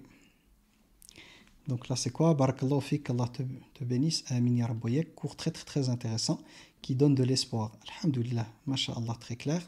Très clair, ça m'aide beaucoup dans mon processus de deuil. Barakallahu fik. Wa fiki barak, grand plaisir. Grand plaisir. Alors ici, il y a aussi un film avec Mel Gibson, Ce que veulent les femmes, où suite à une chute, il entend toutes les pensées des femmes. À l'époque, je trouvais ça fort comme Menteur, menteur. Ouais, en fait, ce qu'il y a, c'est que ce genre de support, hein, média, nous permet, pour ceux qui sont connectés spirituellement et qui peuvent en tirer des pépites, nous montre à quel point la volonté divine nous concernant, c'est-à-dire en nous privant de certains dons, hein, qu'on retrouve dans les films, vu que c'est de la science-fiction, ben c'est une rahma d'Allah tabaraka wa ta'ala. Parce que si on était effectivement capable d'aller dans les pensées des gens, ou qu'on serait incapable en fait de déformer la réalité pour ne pas blesser, ce serait compliqué les relations. Si déjà comme ça elles sont compliquées, alors rajoutez le fait d'avoir accès aux pensées et rajoutez le fait de ne pas pouvoir cacher en fait par des mots, choisir des mots par lesquels on évite de blesser l'autre ou de dire des choses qui fâchent, ce serait compliqué, hein. Très compliqué les relations. Donc voilà, alors ici, je suis arrivé où? Donc salam alaikum, c'était très clair. Moi qui suis toujours en train de me demander si il me pardonnera mes péchés, barakallahu fik. Ça, c'est une certitude, le pardon, hein. Donc là, il n'y a aucun doute à avoir. Parce qu'Allah dit, ne désespérez pas. Même pour ceux qui ont fait des péchés, mais exagérés. Très clair, de très beaux noms, que j'aime beaucoup, barakallahu fik, Allah te bénisse. Amin ya rabbi wa iyyaki. Oui, c'était bien clair, alhamdoulilah. En plus, quand je suis dans cette période où je ne suis pas bien, je remets en cause le libre arbitre et me plains d'en avoir un car j'ai l'impression que je n'arrive pas à gérer quand il y a plein d'émotions. Ah, aujourd'hui, tu as compris que ça faisait partie de ce qui permet d'avoir accès à la grandeur d'Allah tabaraka wa ta'ala. Salam alaikum, j'ai une question. Est-ce qu'on a le droit de se plaindre auprès des créatures? Perdons-nous la récompense de la patience si on se confie en disant tout ce qui ne va pas dans notre vie, qu'on a des problèmes, etc. Ou doit-on mentir en disant toujours que tout va bien sans se confier? Il n'y a aucun problème à se confier, vous avez plus que 30 secondes, hein. Il n'y a aucun problème à se confier, hein. Se confier, il n'y a pas de problème. Ce qui va être interdit ou mauvais, c'est de se plaindre d'Allah, de se plaindre de la volonté divine. Ça, bien sûr que là, c'est pas bon, parce que ça veut dire qu'on a une mauvaise opinion de lui, qu'on n'a pas compris, et qu'on a un jugement. Ça reste un jugement qui est mauvais d'Allah subhanahu wa ta'ala. Par contre, avoir le besoin d'exprimer, d'expliquer sa peine, sa difficulté et tout à quelqu'un, c'est tout à fait normal. C'est tout à fait normal, mais ça ne s'oppose pas en fait à la bonne opinion d'Allah, ça ne s'oppose pas au tawakkul, à la confiance en Allah. C'est juste un besoin en fait d'avoir des conseils, d'avoir de la chaleur, d'avoir une oreille en fait qui écoute attentivement. Et donc il n'y a pas de perte de récompense si la personne ne se plaint pas des plans d'Allah ou de la volonté divine, mais simplement elle traduit sa peine, sa difficulté, elle recherche de l'aide. Alors, donc j'ai bloqué les messages. Donc, salam alaikum, très clair et très enrichissant, très imprégnant, barakallahu fik wa fiki baraka. Alors, salam alaikum, barakallahu fik, toujours top, wa fiki baraka, grand plaisir, wa alaikum salam. Alors, très transparent, jazakallahu khairan, amin ya rabbayak. Alors ici, très clair, Allah yajazik bil khair, amin ya rab. Quelle bouffée d'oxygène et de fraîcheur tu nous as offert ce soir par la grâce d'Allah. J'ai pleuré tellement j'ai ressenti la rahma d'Allah. Barakallahu fik. Alhamdulillah, wa fiki baraka, grand plaisir. Si ça t'a touché, que c'était une bouffée d'oxygène et de la fraîcheur, alhamdulillah. Sachant que je ne vous ai pas encore dévoilé les hadiths, ils apparaissent même pas, mais j'ai fait des recherches sur des hadiths. Quand je les ai lus, je me suis dit, pardon d'Allah, c'est incroyable. Donc quand on dit hadith, c'est plus de la théorie expliquée comme ça, c'est vraiment un texte rapporté par le prophète qui nous parle du pardon d'Allah. C'est impressionnant. C'est vraiment... on se dit Allahu Akbar. Alhamdulillah, shukran, cours très enrichissant comme d'habitude. Merci infiniment, qu'Allah vous récompense. Amin. Amin ya rabbi wa iyyaki. Je rappelle juste une chose, on ne sait jamais que des personnes partent. À partir de lundi prochain, je vais passer à 20h. Pourquoi? Parce que je ne peux pas me rendre disponible à 19h30. Je suis obligé de sortir et puis de rentrer. Et justement, c'est à 19h30 que je dois sortir. Je dois récupérer le petit parce que là, il va s'inscrire au sport. Il a insisté, je ne peux pas le priver de son droit. Et c'est moi le responsable en fait. Donc comme il aura fini à 19h30, j'ai pas envie de le laisser venir seul, il a que 12 ans. C'est pas très loin de chez moi, hein. Donc je vais devoir, pour lui faire plaisir et pouvoir faire les deux, je vais devoir commencer à 20h. Donc pas ce vendredi, à partir de la semaine prochaine, parce il aura foot, je crois, lundi et mercredi. Lundi et mercredi, donc ça tombe 2 jours de cours, mais on mettra 20h pour les 3. Je vous préviens déjà, prévenez le groupe, je vais le rappeler vendredi, de manière à ce que vous ne soyez pas à 19h30, il est où Aboubak, il est où le lien. Donc j'espère que l'information, elle a été reçue et qu'elle sera transmise. Et je la mettrai dans les groupes, Inch'Allah. Donc, alhamdulillah, shukran, cours très enrichissant comme d'habitude. Merci infiniment, qu'Allah vous récompense. Amin, ya Rab. Cours qui fait du bien au cœur, besoin de rappel de la miséricorde d'Allah. Je vous avais demandé la semaine dernière où trouver le webinaire parce que je ne le trouvais pas sur Kajabi. Ben, là, je l'ai mis. Donc, comme vous avez pu le voir, je l'ai mis. Alhamdulillah, très clair, subhanallah, alhamdulillah, c'est impressionnant quand on apprend à connaître notre Créateur, Sa Majesté d'Allah. Masha'Allah. Alhamdulillah, qu'Allah nous place parmi ceux qui apprennent la religion, connaître la vérité, qu'Allah nous guide. Amin, ya Rab, amin. Ça m'émerveille de penser qu'un jour, Allah, dans sa grandeur et sa sagesse infinie, a pensé à moi. Ça me touche. Quand vous voyez que je rigole, c'est parce que ça me touche. Parce que c'est vrai, hein, ce que la personne elle dit. Qu'il a voulu me créer. Vous voyez quel honneur. Allah, nous, on est des petits êtres humains, il a voulu nous créer. Vous imaginez? C'est un cadeau incroyable. Donc ce qu'elle dit la sœur là, c'est trop beau. Moi comme vous, je trouve ça juste, elle a écrit trop beau, subhanallah, je dis la même chose, parce que je suis insignifiante, alors qu'Allah subhanahu wa ta'ala, c'est le tout absolu. Allahu Akbar. Tout à fait d'accord, et ce que tu dis là, c'est magnifique. Parce qu'effectivement, si on réfléchit bien, quand des fois les gens disent « Ouais, mais pourquoi Allah m'a mis sur terre ?» et tout, qui se plaignent en fait d'avoir été créés et d'avoir été placés sur terre, elles ne se rendent pas compte du cadeau qu'Allah et du privilège en fait. L'honneur qu'il nous fait de nous créer et de faire de nous, en plus on est croyants. Vous imaginez? Pourquoi? Parce que ce qui nous amène des fois à avoir ce rapport-là, c'est parce qu'on n'a pas ce qu'on veut. Je reviens au petit sucre en fait. On se comporte des fois trop sur soi en fait. On est des fois trop concentré sur nous qu'on en oublie en fait le plan divin et le pourquoi. Et donc quand on prend conscience, et c'est le but de ces cours, de mais pourquoi on est sur terre? Et que c'est un honneur, c'est Allah qui nous donne l'occasion de pouvoir le connaître, vous imaginez? Allah subhanahu wa ta'ala qui nous permet de vivre l'expérience, surtout en tant qu'être humain et pas en tant qu'ange, donc vraiment de le vivre de l'intérieur, de le ressentir, d'avoir les vibrations, d'avoir... Les anges, ils n'ont pas accès à ça. Ça vaut de l'or pour moi. Ça veut dire que entre le choix d'être un ange et d'être un être humain, de toute façon, c'est Allah qui a choisi, l'être humain, de par le fait qu'il vit les choses à l'intérieur avec tout ce que ça comprend, il a accès à quelque chose avec Allah tabaraka ta'ala, dont les anges n'ont accès que de l'extérieur. Je ne sais pas si vous imaginez, c'est pour ça que le meilleur des êtres humains est meilleur que tous les anges, même l'ange le plus gradé en fait, qui est le prophète alayhi salam. Pourtant, en termes de nature, eux ils sont faits de lumière, on est fait de terre. Notre nature est plus faible et moins prestigieuse que la lumière. Mais Allah révèle sa grandeur à travers ceux qui sont petits, ceux qui semblent insignifiants. C'est ça qu'il faut comprendre, c'est que la grandeur d'Allah est liée, et les choses qui dépassent l'entendement incroyable, qui nous permettent d'avoir accès à sa grandeur, passent par des êtres faibles, passent par des êtres comme nous. C'est à partir d'êtres comme ça qu'il, subhanahu, il a voulu se rendre accessible. C'est-à-dire que les anges puissent apprendre à le connaître avec les subtilités. Mais eux, ils ne vivent pas l'être humain de l'intérieur. Nous, on a été choisis pour être des êtres humains. Donc, il faut se rendre compte en fait du privilège.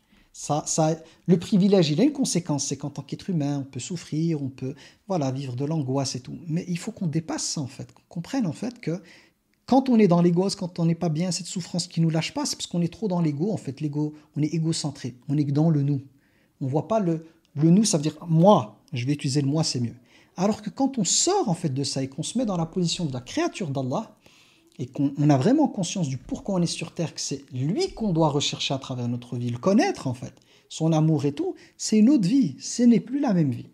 Alors on reste des êtres humains avec un peu de peur, un peu de tristesse, parce que cette nature humaine, elle ne va pas disparaître, elle est là, mais elle est beaucoup moins forte, elle est beaucoup moins envahissante, elle est beaucoup moins oppressante en fait, il y a plus de légèreté. Et à chaque fois qu'on s'élève, ça devient plus facile, à chaque fois que notre nature humaine prend le dessus, parce qu'il n'y a plus le rappel, ou le rappel diminue, notre nature humaine reprend le dessus. Et c'est là où de nouveau, on se retrouve à couler dans l'eau. Mais dès qu'on est de nouveau dans le dhikr, le rappel d'Allah et le pourquoi on est sur terre, on ressort en fait de ça. Et moi je parle de montgolfière, en fait on prend la montgolfière, on jette les sacs de sable liés à l'attachement à la dunya et on s'élève. Et le feu là qui permet à la montgolfière de monter, c'est la foi en fait, c'est le rappel d'Allah. Donc plus on prend de la hauteur, plus c'est insignifiant. Plus on redescend, plus la convoitise. Le moi, l'ego qui est là. Donc vous voyez, quand on réfléchit comme ça, c'est thérapeutique en fait. Mais effectivement, en tant qu'être humain, c'est impossible 24 heures sur 24 de le vivre comme ça. Et Shayatin, il tourne autour pour dire non, oublie ce truc-là, non, convoite. Comme avec notre père Adam alayhi salam, il est arrivé à l'arnaquer, à le tromper en l'amenant à attendre vers l'arbre interdit. Donc c'est son job, lui il est là pour ça. Et nous on a le rappel du Coran pour justement nous défaire de l'emprise diabolique de Shaitan et de ses suppôts. Donc ici, est-ce qu'on doit pardonner à celui qui nous fait du tort? Pourtant celui-ci n'a même pas demandé pardon. Il t'appartient de pardonner ou pas? La règle que moi je vous invite à suivre, c'est celle, si quelqu'un vous pardonne, ne lui refusez pas le pardon, s'il est sincère et tout. Si quelqu'un ne vous pardonne pas, vous êtes libre. Ça vous appartient. Si quelqu'un ne vous demande pas pardon, pas ne vous pardonne pas, ne vous demande pas pardon, vous êtes libre de pardonner ou pas, en fonction de la récidive ou pas. Il faut savoir qu'Allah pardonne tout, mais il y a des gens qui ne seront pas pardonnés. Pourquoi? C'est pas parce qu'Allah ne veut pas leur pardonner, mais c'est parce qu'ils se refusent de demander pardon. Eux, ils se refusent de demander pardon. Donc si le pardonneur par excellence, pour ceux qui se refusent de demander pardon, il ne leur pardonnera pas, ok, ceux qui ne reconnaissent pas leur faute, alors nous, petits êtres humains, donc ça, voilà, j'ai envie de dire, je distingue deux groupes de personnes. Celles qui regrettent et qui vous demandent pardon, alors appuyez-vous là-dessus, vous voulez qu'Allah vous pardonne, pardonnez. Et puis il y a l'autre catégorie, c'est les personnes en fait qui font du mal, qui ne demandent pas pardon, et aucun regret et tout, là c'est autre chose. Salam alaikum, très clair, tu parlais de compassion, miséricorde. Hier je méditais sur le nom Ar-Raouf. Pardon, j'ai l'impression qu'en ce moment, je manque de compassion, pardon. Donc j'ai l'impression qu'en ce moment, je manque de compassion face à un membre de ma famille. Chaque jour, je la vois dans la plainte, matin, midi et soir, et j'ai l'impression que je manque d'arguments pour la rassurer. Je me retrouve à ressentir de l'agacement, voire de la colère, car émotionnellement, je ressens une fatigue ou surcharge. Des fois, j'ai envie de la prendre dans mes bras et à un autre jour d'être loin d'elle. Comment faire pour développer cette compassion et où se protéger, sachant que je vis avec cette personne? Je ne sais pas si c'est clair. Oui, pour moi, c'est très clair. J'ai envie de dire que on revient aux attentes et à l'accueil. L'accueil, c'est quoi? C'est de prendre la personne comme elle est.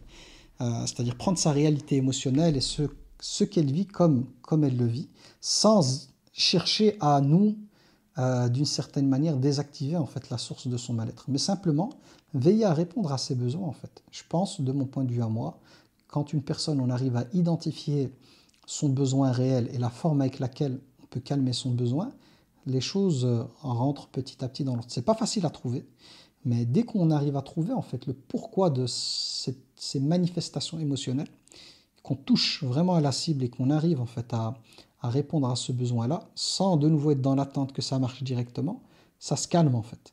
Mais si on est dans le jugement, si on est dans la colère, parce que ça va se faire ressentir, il ne faut pas oublier que c'est de cœur à cœur que ça s'apaise. Hein. Si dans mon cœur, je ressens de la colère vis-à-vis de quelqu'un, elle m'agace et tout, que je le veuille ou non, c'est ce que je vais envoyer avec mon cœur, même si je fais le bienveillant et tout, ça ne marchera pas. Mais si réellement dans mon cœur, je suis capable d'aller au-delà du comportement, et que je suis capable de me connecter en fait à la peine qui se manifeste, donc à cette empathie du cœur, c'est pas facile, hein, je dis pas que c'est facile, et que mon comportement, mon attitude, mes mots viennent du cœur profond et que j'essaie, voilà, je donne simplement, je mets cette nourriture sur la table sans avoir l'attente qu'elle la mange, c'est beaucoup plus simple en fait. Et on espère que par ça, ça la calme petit à petit. Donc c'est humain, ça veut dire que le fait d'être agacé et tout, parce que quand on est fatigué et tout, dans le rouge, voilà, ça peut nous agacer, c'est humain, c'est tout à fait normal. Mais cet agacement, il ne va rien arranger. Il peut même rendre les choses encore plus difficiles, on peut amener l'autre à culpabiliser.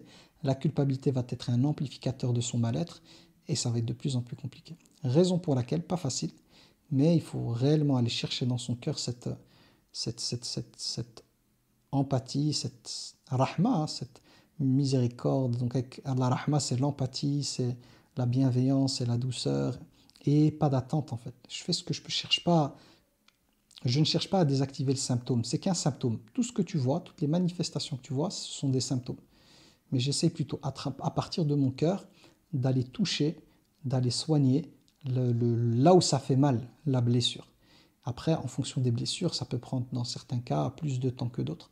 Mais en tout cas, c'est ce que je ferai en me protégeant. Ça veut dire, je ne dois pas être la seule personne qui doit faire ça. Je dois aussi pouvoir évaluer est-ce que je suis dans le rouge. Si je suis dans le rouge, ça va être compliqué. Je ne peux pas être connecté de cœur à cœur si je suis dans le rouge.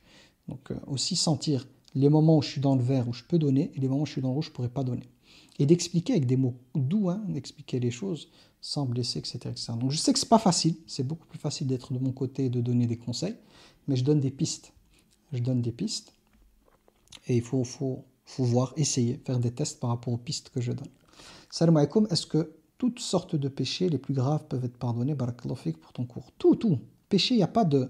Tout.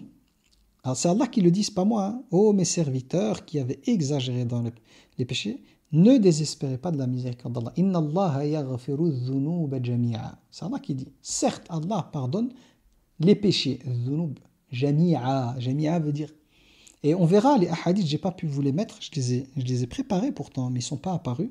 Et vous allez voir, il y a des hadiths qui parlent clairement de ça. Donc il n'y a pas de péché plus grand que le pardon. Allah est Akbar, le plus grand dans tout. Dans son pardon, dans sa générosité, dans sa miséricorde, dans sa sagesse, dans tout. Donc celui ou celle qui pense que c'est péché parce qu'il en a trop, parce que c'est des grands et tout, qu'il perd espoir du pardon, il ne connaît pas. À ce moment-là, on ne connaît pas Allah. C'est pas qui est Allah. Et donc c'est le but de ces cours. Le but, c'est pas en disant ça quand je dis la personne ne connaît pas Allah, c'est pas qu'elle s'auto-flagelle, qu'elle culpabilise, mais on est là pour apprendre. Et moi le premier. Donc aujourd'hui, elle apprend. Et demain, le cours prochain, on rajoutera des couches pour qu'elle découvre le pardon d'Allah. Donc quand je dis elle ne connaît pas Allah, on n'est pas dans le jugement de la personne de dire que ça veut dire qu'elle n'a pas la foi. Mais il lui manque des connaissances. C'est plutôt ça. Il lui manque des connaissances sur qui est Allah. Et son pardon. Salam alaikum wa rahmatullahi wa barakatuh. Très clair, barakallahu fik, j'ai une question, mais qui n'a pas de rapport avec le cours. C'est dans le module 1 de Libère ton âme. Vous parlez beaucoup de l'énéagramme, mais est-ce que c'est dans un module ou non? Alors pour l'énéagramme, je vais expliquer. L'énéagramme, pour l'instant, j'ai pris de la distance avec, parce que c'est un outil qui mérite d'être démonté. Quand je dis démonté, c'est analysé. Démonter pour voir quels sont les éléments qui peuvent être retenus, des éléments qui n'ont pas à être retenus. Donc c'est un outil qui contient des choses vraies. Donc ça, il faut appeler un chat un chat. Maintenant, de là à le prendre comme étant une vérité absolue et générale, c'est là il faut prendre de la distance avec. Donc, je l'ai mis en suspens parce que je me donne le temps de l'analyse, donc vraiment de le démonter. Quand je dis démonter, c'est point par point analyser tout au lieu de le prendre tel qu'il est.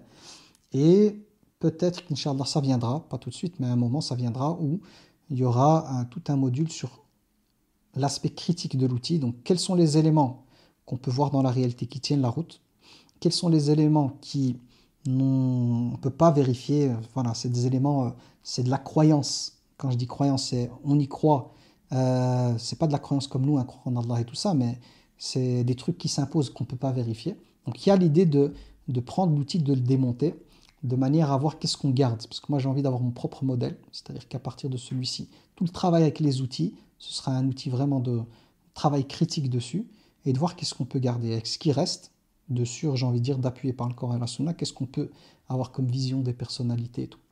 Donc voilà pourquoi. Il était, à une époque, c'était sur la plateforme, il y avait plusieurs modules dessus, mais je l'ai présenté en prenant les choses telles qu'elles étaient, sans le critiquer, sans l'analyser en fait. Donc comme si ça expliquait tout. Là, j'ai mis ça de côté, parce que je m'autorise le fait de tester réellement la véracité de l'outil et d'aller le challenger, si on peut dire ça comme ça. Et donc j'ai ce qu'il faut, j'ai les livres qu'il faut, j'ai ce qu'il faut pour pouvoir justement faire ce travail-là, qui sera un travail d'essai. Donc j'ai pas la prétention de dire que forcément on va ressortir de là avec la vérité absolue sur l'énéagramme et tout, mais ce sera un essai avec des arguments et tout, et on est en droit de ne pas être d'accord avec tous les points que je vais donner. Donc voilà. Donc ici, on n'est pas tous à la même étape. Je ne comprenais pas pourquoi je suis éprouvé, ok, mais que ça m'empêchait d'accomplir mes obligations. C'est de nouveau, il faut voir, quand on est pris dans ces obligations, on a du mal. De nouveau, si on est centré sur nous et qu'on voit les choses, la ibada et tout, qu'à travers nous, c'est ce qui se passe pour la plupart d'entre nous. Mais en général, quand on est dans la foi, c'est clair même la pratique va être compliquée, tout va être compliqué. Mais dès qu'on se décentre de nous et qu'on est connecté à la grandeur du Créateur et que notre priorité, c'est de le connaître, de nous rapprocher de lui, de l'adorer comme ici à sa majesté, les choses se transforment dans notre vie.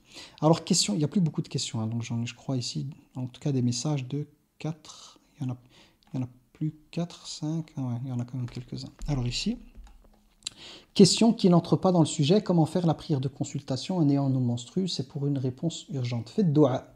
La personne qui ne peut pas faire sa prière parce qu'elle a les menstrues et elle a le besoin de faire la prière de consultation, qu'elle fasse à ce moment-là, qu'elle fasse l'invocation, qu'elle récite l'invocation. Prière, elle n'a pas le droit, mais elle peut toujours faire l'invocation. Parce qu'en ayant ses menstrues, on peut invoquer. Salam alaikum, on m'a toujours dit que si on a, par exemple, volé le bien d'une personne, il faut le dire et le remettre. Alors que là, tu dis qu'on peut garder nos erreurs cachées, tu serais m'éclairer, que Dieu te récompense. Il faut distinguer deux choses. Moi, je n'ai pas parlé du droit qu'on prend à quelqu'un. Donc, ce que je dis ici, c'est que quand quelqu'un commet un péché, entre lui et Rabbi, pas quelqu'un qui a pris le droit de quelqu'un. Si tu as pris le droit de quelqu'un, tu dois lui remettre. C'est-à-dire, si tu as volé, pas toi, mais on va dire une personne, elle a volé quelque chose à quelqu'un, ou pris le droit de quelqu'un, bien évidemment que l'ayant droit, tu as le devoir de lui remettre si tu le connais, tu sais où il est, de lui donner. Si la personne, tu sais plus c'est qui, qu'elle a disparu de ta vie ou que tu l'as vu une fois, alors fais des aumônes de manière à pouvoir compenser le préjudice que tu lui as fait. Donc tu fais des sadaqas avec l'intention que ça répare ça. Mais si la personne est connue, alors tu répares ton tort. Pas que le vol, hein, ça peut être le vol, ça peut être une agression, ça peut être une insulte, ça peut être une injustice, ça peut être le droit que tu as pris à quelqu'un. Là, bien évidemment, parmi les conditions du repentir, c'est de réparer son tort, bien évidemment. Donc le cas que j'ai cité couvrir, je parlais des péchés entre nous et Allah, qui ne concernent pas les autres. Alors j'ai fait une action, donc ici, s'éloigner d'un péché, donc ici, l'action c'est s'éloigner d'un péché, qui était pour Allah de base, mais après je me suis rendu compte que l'intention était double. Mais double parce que je voulais que la personne en face sache que je ne suis pas mal intentionné. Mais maintenant j'ai peur qu'Allah ne me donne pas le meilleur, comme sans faire exprès, j'ai associé. Mais comment avoir la bonne opinion quand on ne connaît pas vraiment Allah. Donc je réponds ici. Donc, personne n'a fait un péché, elle s'est éloignée de celui-ci. En s'éloignant, on va dire qu'il y avait un double objectif. Un objectif, c'est par rapport à Allah, de l'autre côté, c'est pour l'image qu'elle voulait renvoyer vis-à-vis de quelqu'un. Et elle a peur, en fait, que Allah ne lui donne pas le meilleur parce qu'il y aurait peut-être eu de l'association. Mais de nouveau, ce que j'ai dit tout à l'heure, c'est que l'image, tenir à ce que notre image soit préservée, ça fait partie des choses qu'Allah Tabaraka wa Ta'ala veut qu'on préserve. Raison pour laquelle, quand quelqu'un commet un péché, il se couvre. Donc chercher à se couvrir ou chercher à éviter que notre image soit entachée, ça fait partie des choses, on va dire, prises en considération dans notre religion. La seule chose qui peut poser problème, c'est l'ostentation. C'est quoi l'ostentation? C'est de faire un acte d'adoration par lequel on recherche le regard extérieur pour être validé, être considéré comme pieux ou pieuse. Donc l'ostentation pose problème. Donc je répète, c'est quoi l'ostentation? C'est faire un acte de bien avec la volonté qu'il soit vu, de manière à ce que les gens en fait, disent « Oh, masha'Allah », etc., etc. Mais ça, c'est l'ostentation. De l'autre côté, il y a les péchés qu'une personne sera amenée à faire contre Allah Tabaraka wa Ta'ala et la préservation de son image. Préserver son image, couvrir, ça on l'a vu ensemble. Ça faisait partie de la volonté divine de couvrir. Mais chercher à donner une image, c'est-à-dire faire une adoration pour les gens, avec Allah ou pour les gens sans Allah, là, on rentre dans le fait d'associer Allah Tabaraka wa Ta'ala. Donc ce sont deux thèmes différents. Ici, le fait de s'éloigner d'un péché, bah, tu t'éloignes, t'es dans quelque chose par laquelle tu ne veux pas faire un péché. J'ai envie de te dire, c'est Allah subhanahu wa ta'ala qui sera ici. C'est lui qui sait ce qu'il adviendra en fait de cet effort que tu fais. Parce que peut-être qu'à la base, c'est vraiment pour lui, et en même temps, tu n'as pas envie que ton image soit salie. Donc si c'est préserver ta dignité, ben, on a vu ensemble que ça faisait partie des choses que la religion nous invite à faire. Mais donc nous invite à faire. Et en même temps, si tu voulais vraiment t'éloigner des péchés pour Allah, qu'avec ou sans la personne, ce péché t'embêtait, ben, si c'est le cas, qu'avec ou sans cette personne, tu cherchais à l'éviter, là, normalement, tu as, Inch'Allah, la récompense. Wallahu a'lam, Allah est le plus savant. Alors, dès que je porte pour les soins ou autres, ben non. Donc, dès que j'ai une porte pour les soins ou autres, ben non. Ok, je n'ai pas compris, je crois que c'est lié à ce qui est au-dessus. Ben, de nouveau, je pense qu'ici, pour des cas comme celui que tu cites, à savoir le cas d'avoir des difficultés à faire les actes d'adoration et tout, de nouveau, il faut se rappeler que l'acte, on ne le fait pas pour nous, mais que l'acte d'adoration, c'est le fait de manifester qu'Allah Tabaraka wa Ta'ala mérite, qu'il est le digne de louange, qu'il est le digne de nos adorations. Donc c'est au-delà de ma personne en fait. On n'adore pas Allah Tabaraka wa Ta'ala d'une certaine manière pour le retour pour nous-mêmes en fait. Quand je dis ça, il faut nuancer parce qu'on risque de mal me comprendre, mais ce que je veux dire par là, c'est que l'adoration pour Allah, le niveau supérieur, voilà, on va plutôt dire le niveau supérieur, c'est d'adorer Allah Tabaraka wa Ta'ala parce que notre cœur en fait est pris par un amour, une considération qui nous pousse vers l'adoration. Parce que pour nous, il mérite les éloges, les adorations. Mais il y a d'autres formes d'adoration, c'est d'adorer dans l'idée des bons points, d'adorer dans l'idée du paradis. C'est pas forcément mal, mais il y a un niveau supérieur qui est vraiment celui d'adorer Allah Tabaraka wa Ta'ala en ayant conscience en fait, ou en ayant un cœur qui vibre en fait, qui ressent en fait, qui vibre de cette grandeur d'Allah et la volonté de lui montrer par les actes en fait cet amour, cette gratitude, etc., etc. Et le niveau le plus haut, c'est celui-là. C'est celui où l'adoration n'est plus une adoration au service en fait de nos hasanats, d'augmenter nos bonnes actions, juste pour les hasanats, juste pour le paradis, mais une adoration qui part d'un cœur qui a conscience de qui est Allah Tabaraka wa Ta'ala, et qui est poussé par la vénération profonde de son Seigneur. Ça, c'est le niveau supérieur. Alors, salam alaikum, très clair, la grandeur d'Allah nous dépasse. Subhanallah, barakallahu fik wa fiki baraka. Ma fille dit qu'elle pense, comme toi, qu'Allah pardonne. Masha'Allah. Elle est très attentive à tes cours. Elle a 8 ans, masha'Allah. Qu'Allah la préserve, qu'Allah la compte parmi les pieuses, ainsi que les enfants de toutes les personnes qui sont ici. Les enfants de toutes les personnes ici, qu'Allah subhanahu wa ta'ala les protège de tout mal apparent et caché. Qu'Allah les guide et qu'Allah en fasse des pieux, masha'Allah. C'est touchant. Alhamdulillah, toujours aussi ressourçant. Allah yazik bi khair Abu Bakr. Amin, ya Rabbi wa iyyak. Salam alaikum, très clair et vraiment pertinent les derniers passages du cours. Alhamdulillah. J'aurai pas le temps de finir, donc c'est pas grave. Alors ici, salam alaikum, est-ce qu'Allah va nous juger lorsqu'on se plaint de personnes qui nous font du mal et qui ont été injustes avec nous? Non, si quelqu'un t'a fait du mal, c'est normal, tu es victime, donc c'est humain en fait de ressentir des choses et tout, donc c'est humain. Ok, alors ici, barakallahu fik Abu Bakr, merci pour ces détails, c'est très instructif. C'est là qu'on voit qu'Allah est tellement grand, juste et parfait. Par contre, il y a quelque chose que j'ai du mal à comprendre. Il y a des gens qui relativisent et banalisent leurs péchés en disant qu'Allah est miséricordieux et pardonneur. Comment leur parler, raisonner? Il faut le juste milieu. C'est-à-dire qu'ici, moi, comme on est occupé avec le nom d'Allah qui est lié au pardon, bien évidemment, c'est le pardon qui l'emporte. Mais n'oublions pas que le croyant, il est dans l'équilibre, il a aussi la peur et la crainte en fait. De la colère d'Allah, du châtiment d'Allah. Donc l'équilibre, c'est quoi? C'est se situer entre les deux, entre l'espoir et la crainte. Donc dans ce que tu dis, c'est très bien, parce que la peur, c'est quoi? C'est quand on vient avec ce genre de cours, on appuie sur le pardon d'Allah, pas pour tout le monde, hein. Je ne pense pas que les personnes ici, en tout cas, voilà, les personnes qui sont ici, et Allah connaît mieux le contenu des cœurs, mais mon opinion, c'est que ce sont des personnes qui, avec ce genre de cours, continueront à œuvrer, à essayer de maîtriser leur âme bestiale et tout. Donc voilà, mais il y a d'autres, dès qu'on ouvre cette porte du pardon, c'est comme si elles se disent, bah, tranquille, alors je peux faire des péchés et tout. Là, non. On ne peut pas avoir un rapport au péché, à la désobéissance en se disant tranquille. Non, il faut réellement dans son cœur détester le péché. Réellement dans son cœur, d'une certaine manière, ressentir de la peine quand le péché prend le dessus. Alors oui, il y a une part qui se délègue des péchés, bien sûr, mais la part en fait spirituelle qui est là doit pouvoir ressentir ça, même si la part animale elle cède, elle prend le dessus plutôt, et que la part spirituelle n'arrive pas à contenir. Bien évidemment, dans le cours que je donne ici, il faut équilibrer aussi avec la crainte d'Allah, parce que toute personne en fait qui banalise les péchés, qui dit oh, c'est pas grave, Allah est pardonneur comme ça, là il y a l'autre côté, c'est qu'Allah est dur en punition, et que celui qui est dans le je m'en foutisme, ben, s'il veut avoir le pardon d'Allah, on ne peut pas être je m'en foutiste. Non, au contraire, c'est une personne qui fait tout pour se réformer, mais ça reste un être humain, pris par quelque chose en fait, qui prend le dessus sur le côté spirituel. Donc, tant qu'il y a ces regrets, tant qu'il y a cet état en fait de vouloir se débarrasser de ce péché, qu'il y a la volonté en fait d'essayer de mobiliser des ressources et des leviers pour prendre le dessus sur cet animal, là la personne elle est dans le bien. Mais laisser complètement libre cours à l'animal et dire c'est pas grave, Allah est pardonneur, et c'est comme c'est un chien, on va dire, c'est un pitbull comme ça qui n'a pas mangé depuis longtemps, qui saute sur tout le monde, dire c'est pas grave, Allah est pardonneur, là non.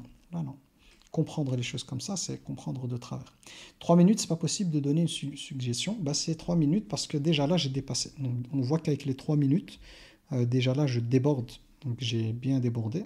Alors que dire si je faisais plus? Donc il faut essayer, dans la mesure du possible, quand quelqu'un veut envoyer quelque chose, de respecter les 3 minutes. Je peux pas faire plus que ça, parce qu'il y a un timing que je dois gérer, et n'oublions pas qu'ici on est avant tout pour le cours. Donc l'idée c'est d'apprendre des choses. Après les questions-réponses, je rajoute ça en bonus, bien évidemment. Et puis il faut aussi comprendre que quand les gens posent des questions, ils posent des questions pour le groupe.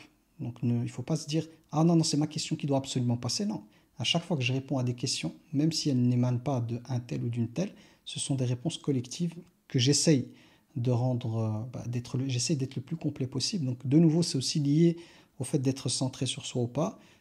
Voilà, le plus important, c'est que quand on est dans un groupe, il y a plein de gens qui posent des questions, et toute question qui est posée, elle est utile pour moi, en tant que personne. Même moi, quand on me pose les questions, elles sont utiles, ça m'amène à réfléchir, à trouver les mots par lesquels je peux y répondre.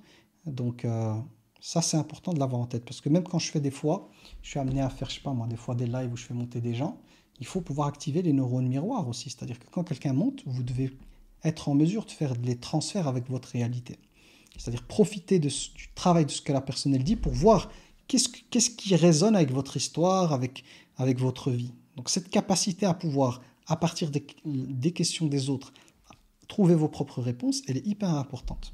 Mais si vous êtes dans je pose mes questions et les autres questions, j'écoute pas trop, je dis pas que c'est le cas, hein, mais c'est juste pour élargir, ou je me sens pas concerné, ben effectivement, cette partie de questions-réponses, si vous n'avez pas l'occasion de poser votre question, vous allez être frustré. Mais si au contraire vous dites toutes les questions qui sont posées peuvent m'être profitables et vraiment d'écouter, d'être attentif, ben chaque semaine, moi je donne 3 fois par semaine, je permets d'écrire. Hein. Donc les personnes qui n'ont pas eu l'occasion aujourd'hui, ben, elles auront le vendredi, pas le vendredi, lundi, etc. etc. Ok, donc je m'arrête là-dessus, Inch'Allah. Ouais, je m'arrête là-dessus, le temps il passe trop vite, j'ai regardé la montre, le temps il passe trop vite.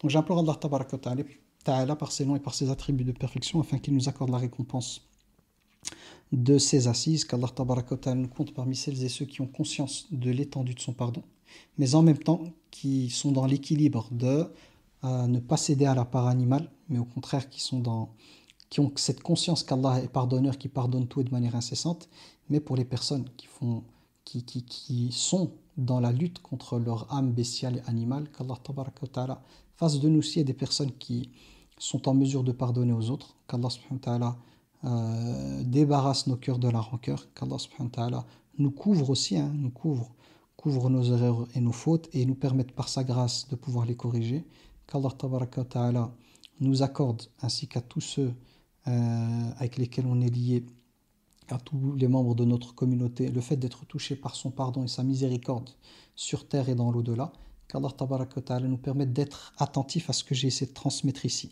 à savoir le fait d'avoir un cœur qui voit au-delà de nos personnes, mais qui est connecté dans son rapport à la vie, au fait de se rappeler que je suis là pour apprendre à connaître Allah, pour pouvoir le vénérer comme il à sa majesté et l'unifier, c'est-à-dire d'une certaine manière, me couper des causes avec le cœur, hein, mais d'avoir un cœur qui n'est attaché qu'Allah et de composer avec les causes, en se disant que ce ne sont que des causes. Et ça, pour moi, c'est très puissant au niveau thérapeutique. Quand le cœur est dominé par l'amour d'Allah Tabaraka wa Ta'ala et que le reste n'est vu que comme des causes dont le but est d'apprendre à connaître Allah et de le vénérer, c'est incroyable quand c'est comme ça. Donc qu'Allah nous compte parmi ceux qui ont cette conscience-là.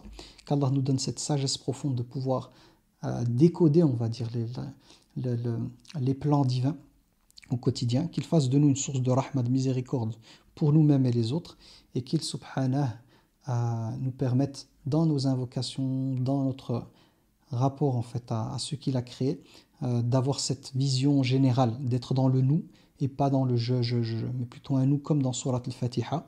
On implore Allah Tabaraka wa Ta'ala de nous guider toutes et tous sur le droit chemin. Amin ya Rab, qu'Allah assiste nos frères et sœurs de par le monde qui sont éprouvés, qu'Allah Tabaraka wa Ta'ala les ressuscite et nous ressuscite avec eux sous l'ombre de son trône le jour où il n'y aura d'autre ombre que celle de son trône, et qu'il nous compte parmi celles et ceux qui auront accès à Al-Firdaus al-A'la pour l'éternité, et qu'il nous permette de pouvoir par sa grâce nous délecter de la vision de son visage sublime.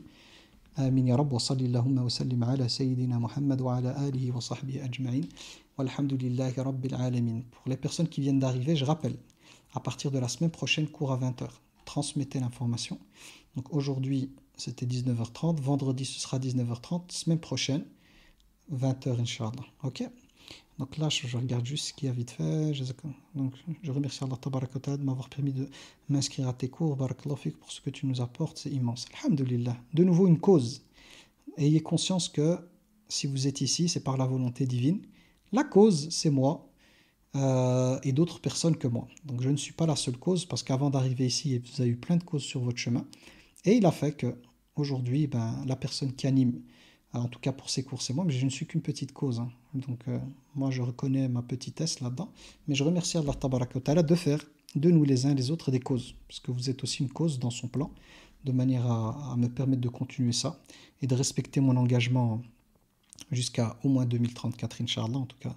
En 2034, on a encore pas mal de temps, je crois que c'est une dizaine d'années, je pourrais me dire j'ai respecté mon engagement, le reste, on verra la forme que ça prendra, et c'est déjà pas mal d'arriver jusqu'à là, en espérant, par la grâce d'Allah toujours, donc on implore Allah de nous permettre d'y arriver, mais je n'oublie pas que vous faites partie des causes, donc je vous remercie aussi pour votre confiance, pour le temps que vous donnez, pour le fait de sponsoriser ce travail, alhamdoulilah, en espérant qu'il soit bénéfique pour le maximum de personnes, et que nous ayons toutes et tous la récompense de tout ce qui est fait. Ça, je le répète, on est dans le nous et pas le je. Ce qui compte, c'est le groupe. Et c'est la connexion avec Allah du groupe. Donc, alhamdoulilah. Allahumma amin, ya rabbal alamin. Merci, je prends conscience du sens à donner à ma vie et connaître Allah subhanahu wa ta'ala. Cela m'a fait un grand bien. Donc, ce cours, alhamdoulilah. Je suis arrivé à la fin. Ok, donc je pense que j'ai répondu à tout. Qu'Allah te protège, toi et ta famille. Amin, ya Rabb. Ainsi que vous toutes et vous tous et vos proches. Donc, Allah yahfadkoum. Wassalamu alaikum wa rahmatullah. Rendez-vous, Inch'Allah, vendredi. On continue la suite de l'explication de Surat la plume. Inch'Allah, vendredi 19h30. Ce n'est que la semaine prochaine, 20h. Inch'Allah. Salam. Salam alaikum.